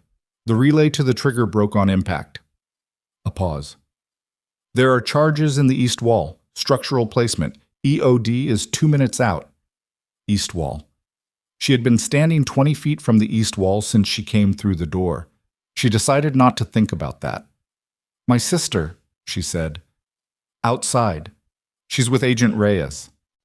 Kate walked to the personnel door on a leg that was going to require serious attention and probably imaging and definitely a longer conversation than she had the bandwidth for tonight. She pushed through the door. Mia was outside, standing under the exterior light, and she looked, not fine, but present, which was what mattered. When she saw Kate come through the door, she crossed the distance between them quickly and then stopped 2 feet away, because Mia was not a person who rushed physical contact without permission, even in a crisis, which was one of the things Kate had always loved about her. "I'm okay," Kate said. "You don't look okay." "I'm okay enough." Mia looked at her for a long moment. Her eyes were red at the rims. Not crying, just the pressure of the last 2 hours expressing itself in the only involuntary way it could. "The thing you told me," Mia said, "about the medical discharge, the psychological evaluation." "Yes." "That wasn't—" "No," Kate said. "It wasn't." A silence. A car door, somewhere in the dark. Radio static from one of the agents. "How long?" Mia asked. 3 years. Mia closed her eyes for 3 seconds. Then she opened them. Okay, she said. You're going to tell me everything. I'm going to tell you everything, Kate said. It wasn't a negotiation. It was a promise, and Kate was done with the kind of silence that required breaking promises. Reyes was a compact man in his early 40s with a deliberate handshake and the particular calm of someone who had been in high-pressure situations long enough to develop a resting state that most people would find unnerving. He had the specific quality of a person who had trusted Ardon for a long time and had learned that trusting Ardon's instincts was worth the occasional inconvenient phone call. Commander Ardon is on his way, Reyes said. He discharged himself. Of course he did, Kate said. I told him the situation was contained. He came anyway. Reyes looked at the warehouse. EOD has the charges. Pike is in custody. We've got Mercer. He was picked up at his hotel 30 minutes ago. My office has been in contact with the DOJ liaison and the IG's office. A pause. It's going to be a long few weeks of paperwork. I've done worse, Kate said. I imagine so. He looked at her leg. There's a paramedic unit a block out. You should let them look at that. Later. Now would be better. She considered it. After Ardon gets here. Reyes accepted that with a nod and moved away to manage the several other things that needed managing. Kate stood in the orange sodium light outside the warehouse and felt the cold of the night on her face and the ache in her hip and the specific quality of a situation resolving. Not cleanly, not completely. There was too much ahead for any of this to feel finished, but moving. Forward. In the direction of something she hadn't believed in for 3 years, which was accountability landing where it belonged. She heard the car before she saw it. Ardon had not driven himself. Reyes's people had given him a driver, though it was clear from the speed of the car's arrival that the driver had been informed that his passenger had opinions about pace. He came out of the car moving too fast for his ribs, and she saw him register the environment, the agents, the EOD presence, the warehouse with its personnel door still open, and his eyes found Mia first, and then Kate, and something in his face unclenched. He crossed to them. You're standing, he said. Mostly, she said. He looked at her leg. He looked at her hands, which still had concrete dust on them. He looked at her face. Pike, he said. Custody. Charges are going to include conspiracy, criminal facilitation, attempted aggravated arson with people present. She paused.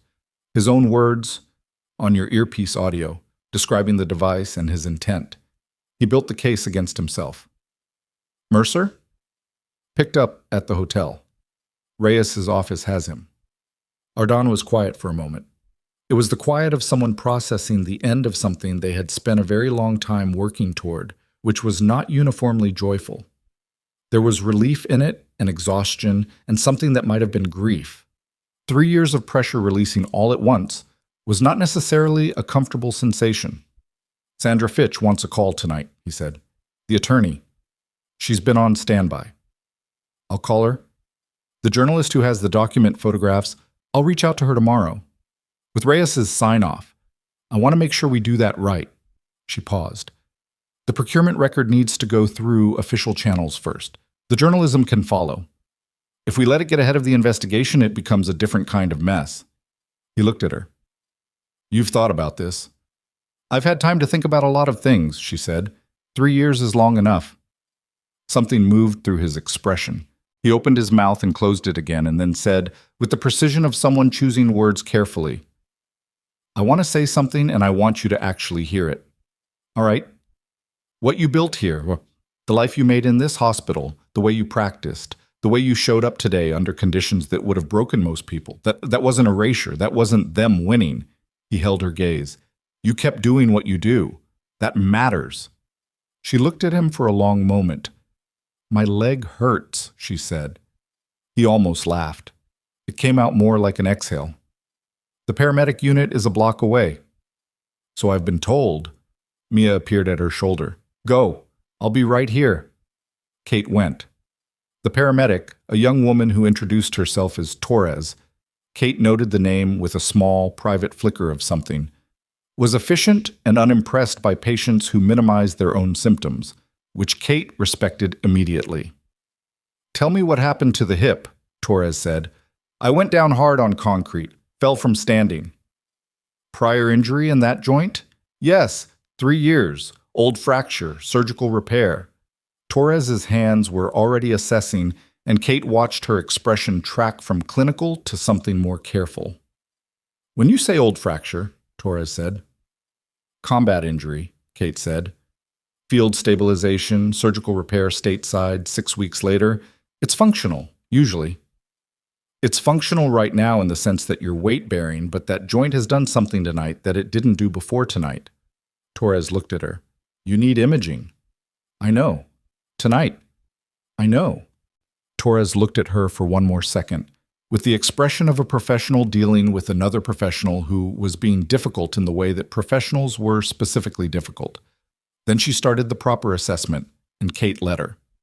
She could see Ardon from where she was sitting, standing near Reyes, talking, running whatever process was running. She could see Mia standing near one of the federal vehicles with her arms crossed, and her face doing the thing it did when she was organizing a significant amount of new information into a framework she could manage. She could see the warehouse and the EOD team moving around its perimeter, and the personnel door that she'd pushed open an hour ago, not knowing exactly what she was walking into. She had walked into it anyway. She had walked into it with 3 years of quiet behind her, and a sister to protect, and a leg that didn't cooperate, and no weapon, and an earpiece that was barely larger than a pencil eraser. And she had done what she had always done, which was assess the room and find the angle and hold on. Torres finished the assessment and documented her findings and recommended transport for imaging. And Kate said she'd go in an hour, and Torres said she'd come back in an hour to make sure, which was exactly the right response. Kate sat on the back step of the paramedic unit and looked at the sky above the freight terminal. The urban sky, orange lit, no stars visible, the particular ceiling of a city at night, and let herself feel the weight of the last 14 hours fully, for the first time, without managing it. Her phone buzzed. Ardon. A text. Sandra Fitch says the DOJ liaison confirmed. They're treating this as a federal case. Pike and Mercer both in custody tonight. Full investigation active. She read it twice. Then, also you need imaging. Then, I know you know. I'm saying it anyway. She almost smiled. She put the phone away. Inside the warehouse, she knew the EOD team was still working through the charge placement in the east wall. The device Pike had armed was sitting on a concrete floor somewhere. Its green light dark, inert. The document that Ardon's attorney had received tonight, 14 pages of procurement records with a colonel's name at the bottom of the transfer authorization, was in a server somewhere, with copies, spreading outward through the channels that couldn't be recalled. 3 years of silence ending not with a single dramatic moment, but with this. A cold night in a freight terminal district, federal agents processing a scene, a young paramedic named Torres doing her job, a sister 40 feet away reorganizing everything she thought she knew. Kate looked at her hands. The concrete dust had dried. She brushed it away. She was about to stand when her phone buzzed again. Not Ardon this time. An unknown number, different from Mercer's, different from the photograph, different from the location pin. She looked at it. A single line of text. You should ask Ardon what else was in the Kavar briefing, the version he hasn't seen yet. Kate went very still. She read the message again, then a third time. The version he hasn't seen yet, which meant there was another version, which meant everything they had tonight. The 14 pages, the transfer authorization, Pike's confession on audio, all of it, might be a layer, not the bottom. She looked up. Across the scene, Ardon was still talking to Reyes. His back was to her. His posture was the posture of someone who believed the main structure of the problem had been dismantled. Kate looked at the message. She looked at Ardon. She thought about a weapons cache in a province she wasn't supposed to be in, and a mission that was supposed to be clean, and 4 wounded men she'd carried across 40 meters of enemy ground, and the 5th man she'd gone back for because she thought she heard him moving. She thought about what it meant that someone, right now, in the middle of a federal response with 2 people in custody, had sent her a message on an unknown line. Someone who knew the number of the phone. Someone who knew what tonight was. She stood. Her hip protested. She stood anyway. She walked toward Ardon across the orange-lit concrete of the freight terminal, and she was already deciding how to say it, and the thing she was deciding was this. They were not done. She walked toward Ardon across the orange-lit concrete, and she was already deciding how to say it, and then she decided not to manage it, not to frame it, or soften it, or deliver it with the particular care she'd spent 3 years practicing on people who needed careful delivery. She just showed him the phone. He read the message. She watched his face. He read it a second time, which told her it had landed the way she thought it would land. Unknown number, he said. Yes. Not Mercer's line. No, different number entirely. She took the phone back. Someone who has this number and knows what tonight is and sent that message while you and Reyes were standing 30 feet away. Ardon looked at Reyes across the scene, then back at her. Someone inside, he said. Or connected to inside, yes.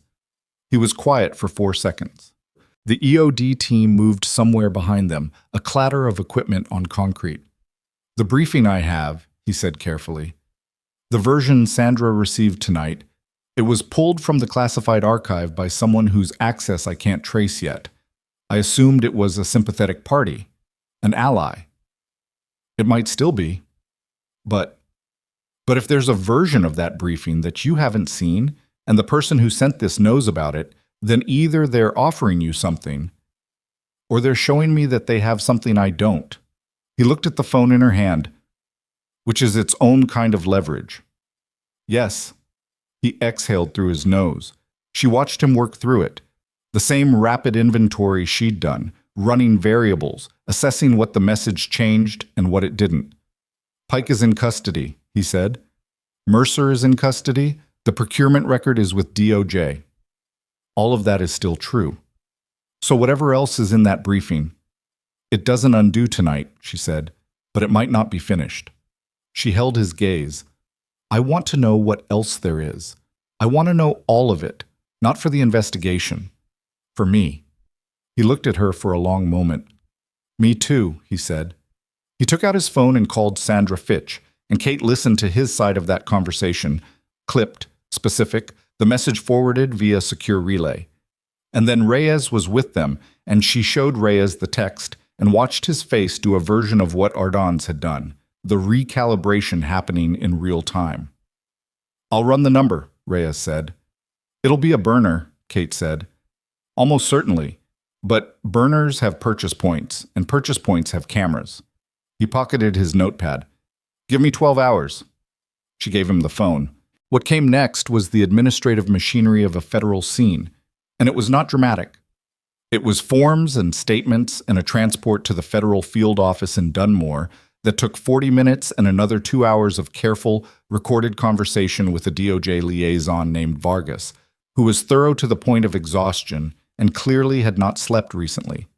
Mia was with her for part of it, then separated into her own conversation with a different agent, and Kate sat in a room with institutional carpet and a water pitcher and gave her statement with the same economy she brought to everything. She told them about Kavar, all of it, for the first time, in a room where it was being recorded and would not disappear. It was harder than she expected and easier than she feared, which was how it usually went with things you had been carrying alone for a long time. The weight didn't disappear when you set it down, but your hands were free. At 3 a.m, they put her in front of an imaging machine. The radiologist on call, a tired man named Park, who had clearly been called in from home, confirmed what Torres had suspected. The impact had shifted hardware in the joint, a small displacement of the fixation plate that the original surgical repair had left behind. It would require intervention, not emergency, but soon, within the week, preferably. You walked on this for how long tonight? Park said, looking at the images. 2.5 hours. He looked at her over his glasses. You shouldn't have been able to. I know, she said. He shook his head in the specific way medical professionals shook their heads at patients who had done exactly what they themselves would have done in the same situation. She recognized it because she'd done it herself, in Bay 7, to Torres, not the soldier Torres, the paramedic Torres, who had told her the hip needed imaging tonight and had been right. Ardon was in the waiting area when she came out, which meant he had also been processed and released and had then waited, which he had done despite the fact that sitting in an institutional chair with fractured ribs was not comfortable. Hip, she said. I know. Park called it when he read the images. Hardware displacement. They want to go in this week. Okay. She sat in the chair beside him. The waiting area was empty except for them and a security officer at the far end who was looking at his phone. I've been in this building before, Ardon said. Different reason. The IG complaint they filed against you. I came in voluntarily, actually. Didn't wait to be summoned. I figured if they were going to question me, I'd rather be the one who opened the door. A pause. It got shut down in 48 hours. Whoever killed it did it fast, which told me I was close to something. You were, she said. We were. He didn't make it a correction, just a fact. Sandra wants to talk in the morning, both of us, together, about how we want to approach the next phase, the public record, the formal rehabilitation of your service file. My service file, she said. The discharge classification gets expunged. It takes time and paperwork, but the mechanism exists. You'd be reclassified as honorably discharged, medical, actual circumstances. He paused. Your record goes back to what it was. Kate looked at the floor. The institutional carpet was the particular gray of things that were chosen to show nothing. I don't know what to do with that, she said. You don't have to know tonight. I've been a nurse for 3 years. That's what I know how to be now. You can be both, he said. They're not exclusive. She thought about Torres. Damon Wiley calling him by name in the bay, the young army mechanic with the fear of needles he hadn't wanted to admit. She thought about Base 7 and the sedative and Wiley saying, I've thought about that night every single day for 3 years. She thought about Dr. Osei saying, whatever it is, it's in this building now. She thought about Sloan in the hallway, saying I was wrong about what you can do in the particular voice of a man updating a calculation. She thought about what Nadia had said. Some of us actually see you. She had been trying for 3 years to make herself small enough to disappear into the work. And the work had held her. But she was still there. Still the person who had gone back for a fifth man in a drainage ditch. Still the person who had called attention pneumothorax from 20 feet away. Still the person who had caught a senior officer in a hospital corridor and gotten him to Bay 3 and done what needed doing. You couldn't erase a person by reclassifying them. Pike had learned that tonight. Okay, she said. Ardon looked at her. Okay, she said again. We do the paperwork. He nodded once. Something in his face settled. Reyes called at 9:47 the next morning. Kate was at the hospital. Not working, she didn't have a shift, but she had come in because Mia had needed somewhere to be that wasn't the federal field office, and the hospital was familiar. And she was in the family consultation room on the second floor, the same room where she'd taken Mercer 12 hours earlier when her phone went off. The burner, Reyes said. Purchased 3 days ago at a convenience store in Langford. Camera footage shows the buyer. A pause that told her he was choosing how to say the next part. His name is Wallace Greer. He's a retired senior analyst from the Defense Intelligence Agency. He worked KVAR-adjacent operations for 8 years. He was in the system, she said, deep in it.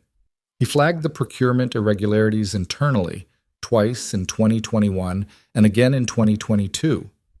Both times it was suppressed. He was reassigned after the second flag and took early retirement 6 months later. Kate sat with that. He has the original briefing, she said. Not a question. He sent it to Sandra Fitch at 6 this morning, 72 pages. The version the operational team received, not the sanitized version that made it into the archive. A pause. Kate, there's a section in that briefing that lists the combat medic attached to the mission as a critical asset. There's a notation, handwritten on the original, not in the redacted version, that says the asset is to be considered a permanent security risk if the operation is ever reviewed. She closed her eyes. Permanent security risk. 3 words that had cost her 3 years of her life and almost everything else. Greer wants to testify, Reyes said, voluntarily. He reached out to the DOJ liaison this morning. He's been waiting for someone to get far enough into this that his testimony would have traction. He waited for us. He waited for Ardon, I think.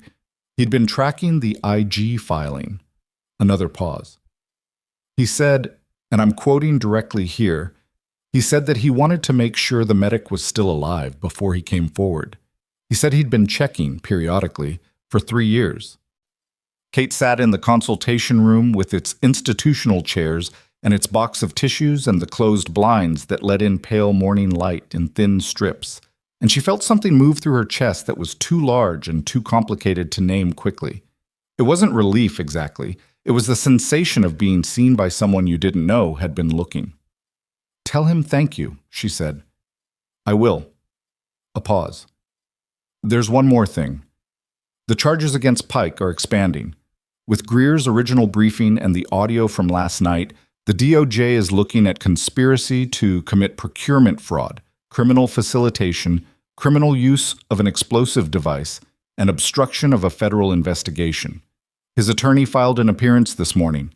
Reyes's voice stayed neutral. "He's also been suspended from his consulting position with the base commander's office, pending investigation. That happened at 8 this morning." "And Mercer?" "Federal charges filed last night are holding: conspiracy, criminal coercion, evidence suppression. His attorney is also in. He's not being released." She thought about the hospital corridor, the measured voice saying we should talk before this gets complicated. The lapel badge, the smile widening when he thought he'd won. "Good," she said. She meant it simply and completely, and there was nothing else to add. The morning moved forward the way mornings did, with or without your participation, at its own pace, indifferent to the scale of what had happened the night before. Kate left the consultation room and found Mia in the hospital cafeteria, which was where Mia went when she needed to think, because Mia processed difficult information better with caffeine and ambient noise than in silence. Mia looked up when she came in. Her eyes were clearer than they'd been at 3 in the morning. "Sit down," Mia said. "I'll get you something. I can get—" "Sit." Kate sat. Mia brought coffee and a plate she hadn't asked for, a bagel, cream cheese, the kind of practical sustenance that was Mia's version of care, and sat across from her. "I want to ask you something," Mia said. "Okay." "The whole time, the 3 years, you were protecting me." "Yes." "By staying invisible." "Yes." Mia wrapped both hands around her cup. She looked at the table for a moment, then at Kate. "You should have told me." "I know." "I would have—" "I know," Kate said. "You would have done something. That's exactly why I didn't." She paused. "You were building something. Your work, your program. I wasn't going to let what happened to me reach you." "It almost did." "Almost," Kate said. Mia was quiet for a long moment. There was a lot in that quiet, some frustration, some grief, some of the particular emotion that comes from retroactively understanding a pattern that was invisible while you were inside it. "Don't do that again," Mia said finally. "Do what?" "Carry something that big by yourself and tell me it's fine." Her voice was even, but her jaw was tight. "I'm not a child you need to protect from bad information. I'm your sister." Kate looked at her. "I know," she said. "I know that." She meant it differently than she'd meant it the first time. "I got used to managing the radius, keeping things contained. It was easier in some ways to disappear," Mia said. "Yes." "You're allowed to take up space, Katie." Mia said it plainly, not as a platitude, not with the softness of someone trying to comfort. The way you said a fact to someone who had forgotten it was true. You're allowed to be where you are and be known there. Kate didn't answer right away. She looked at the cafeteria around them. The ordinary morning noise of it, nurses on break, a couple of residents arguing quietly over a case, the smell of coffee and something fried from the service line. The hospital where she had spent 2 years and 8 months being professionally competent and personally invisible. "I'm going to need surgery on the hip," she said. "I know. Park called me." "That'll mean leave from the unit." "Yes."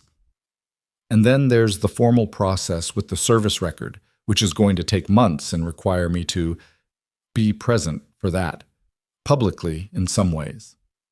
"Also yes." Kate drank the coffee. It was better than the machine on the 3rd floor, which was a low bar, but still. "Nadia's going to have questions," she said. "Nadia's going to have opinions," Mia said. "There's a difference." Kate almost smiled. She looked at her sister. Are you okay?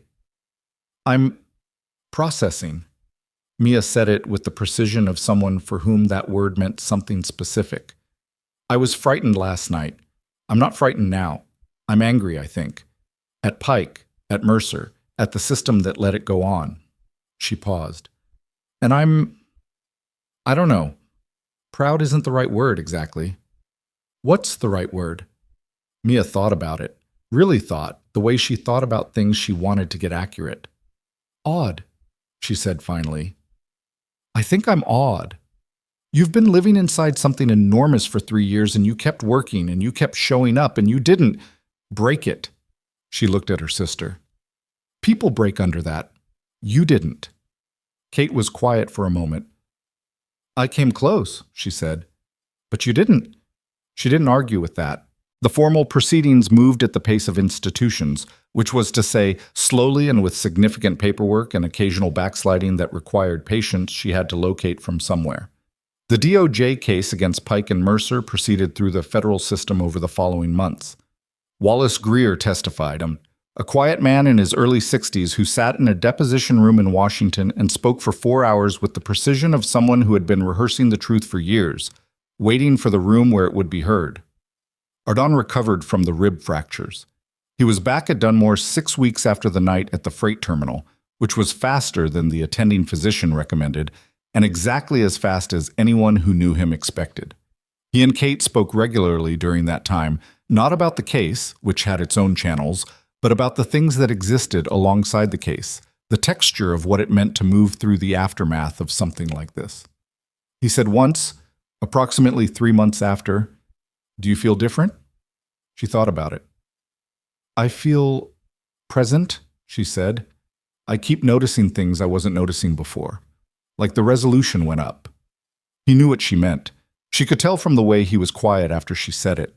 Kate had the hip surgery in week 3. It went well, which her surgeon described as successful with expected complications, which was the medical establishment's version of it went well. The hardware was corrected, and she spent 12 days on modified duty at Harwell doing work that didn't require her to be on her feet continuously. And Nadia managed her schedule with the particular efficiency of someone who wanted to be helpful without making a production of being helpful. Sloan came to her door on day 4 of the modified duty. He knocked on the frame of the supply room where she was doing inventory.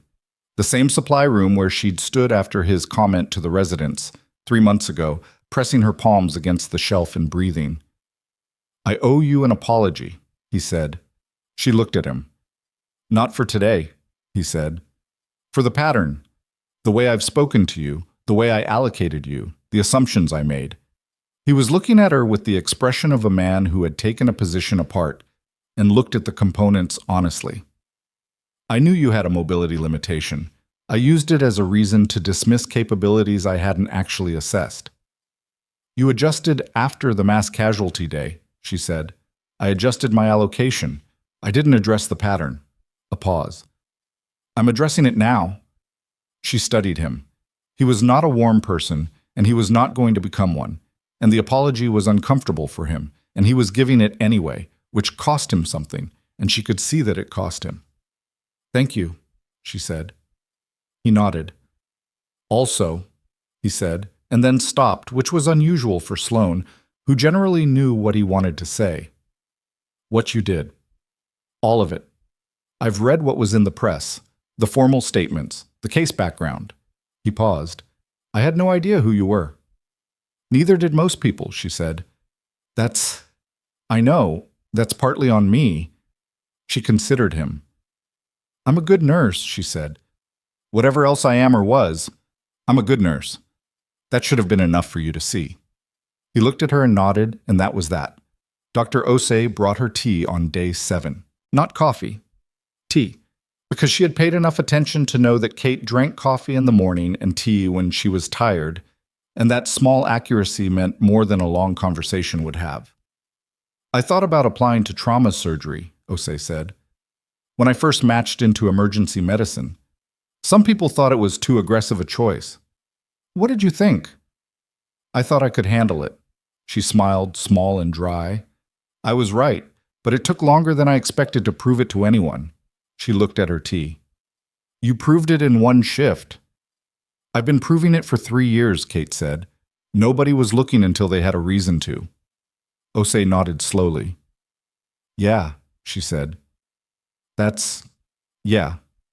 The formal rehabilitation of Kate's service record was completed 4 months and 11 days after the night at the freight terminal. It was not a ceremony.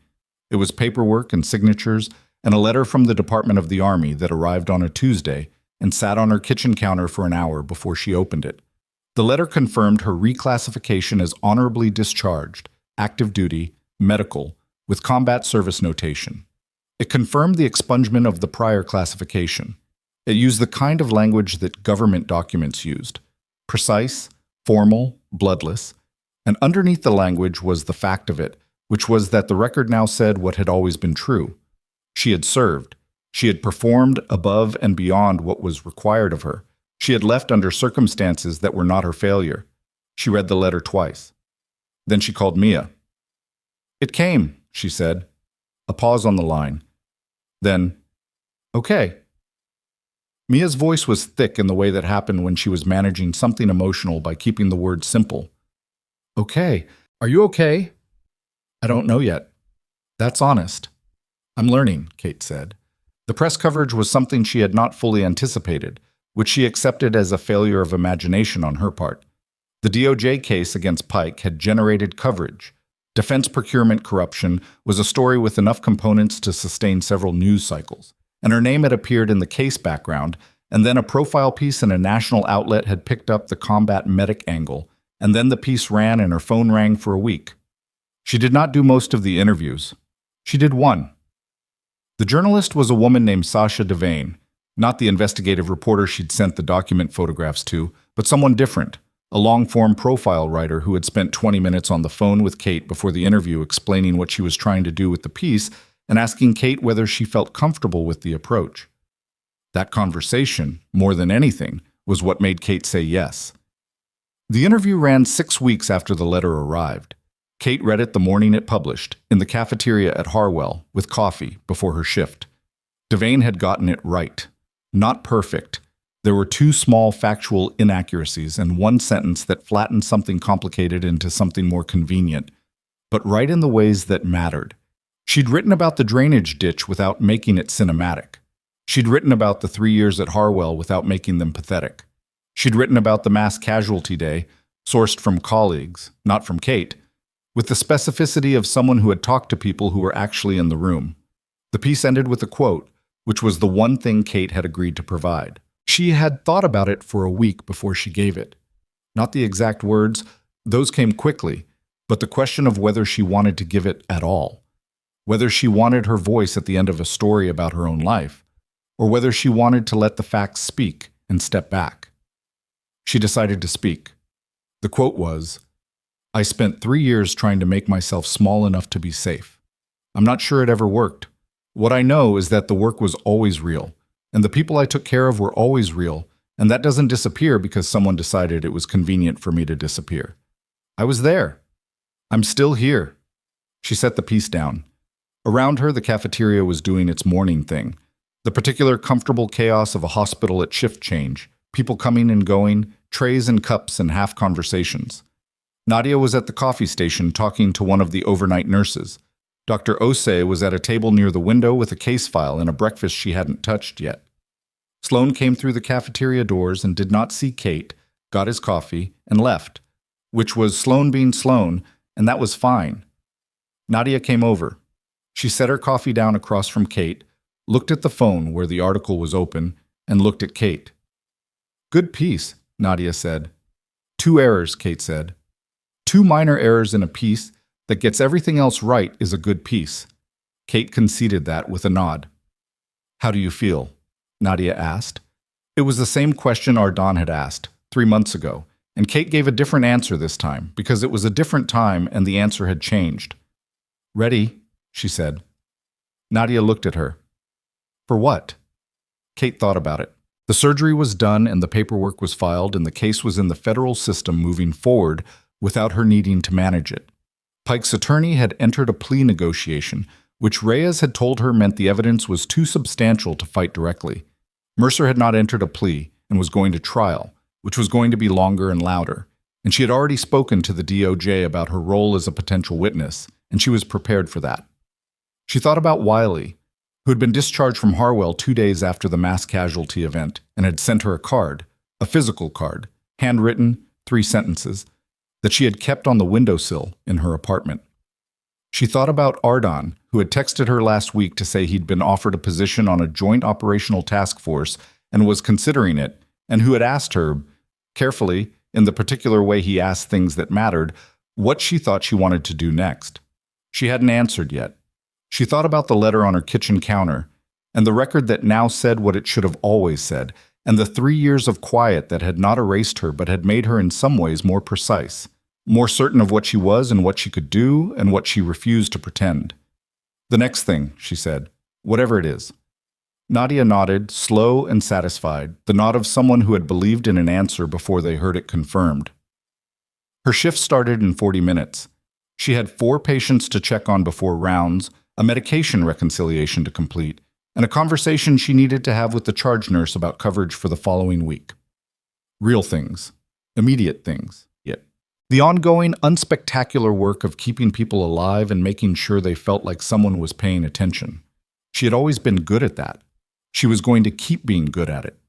She had been in that drainage ditch and she had dragged 5 people out of it, and she had built a life afterward out of the materials available to her.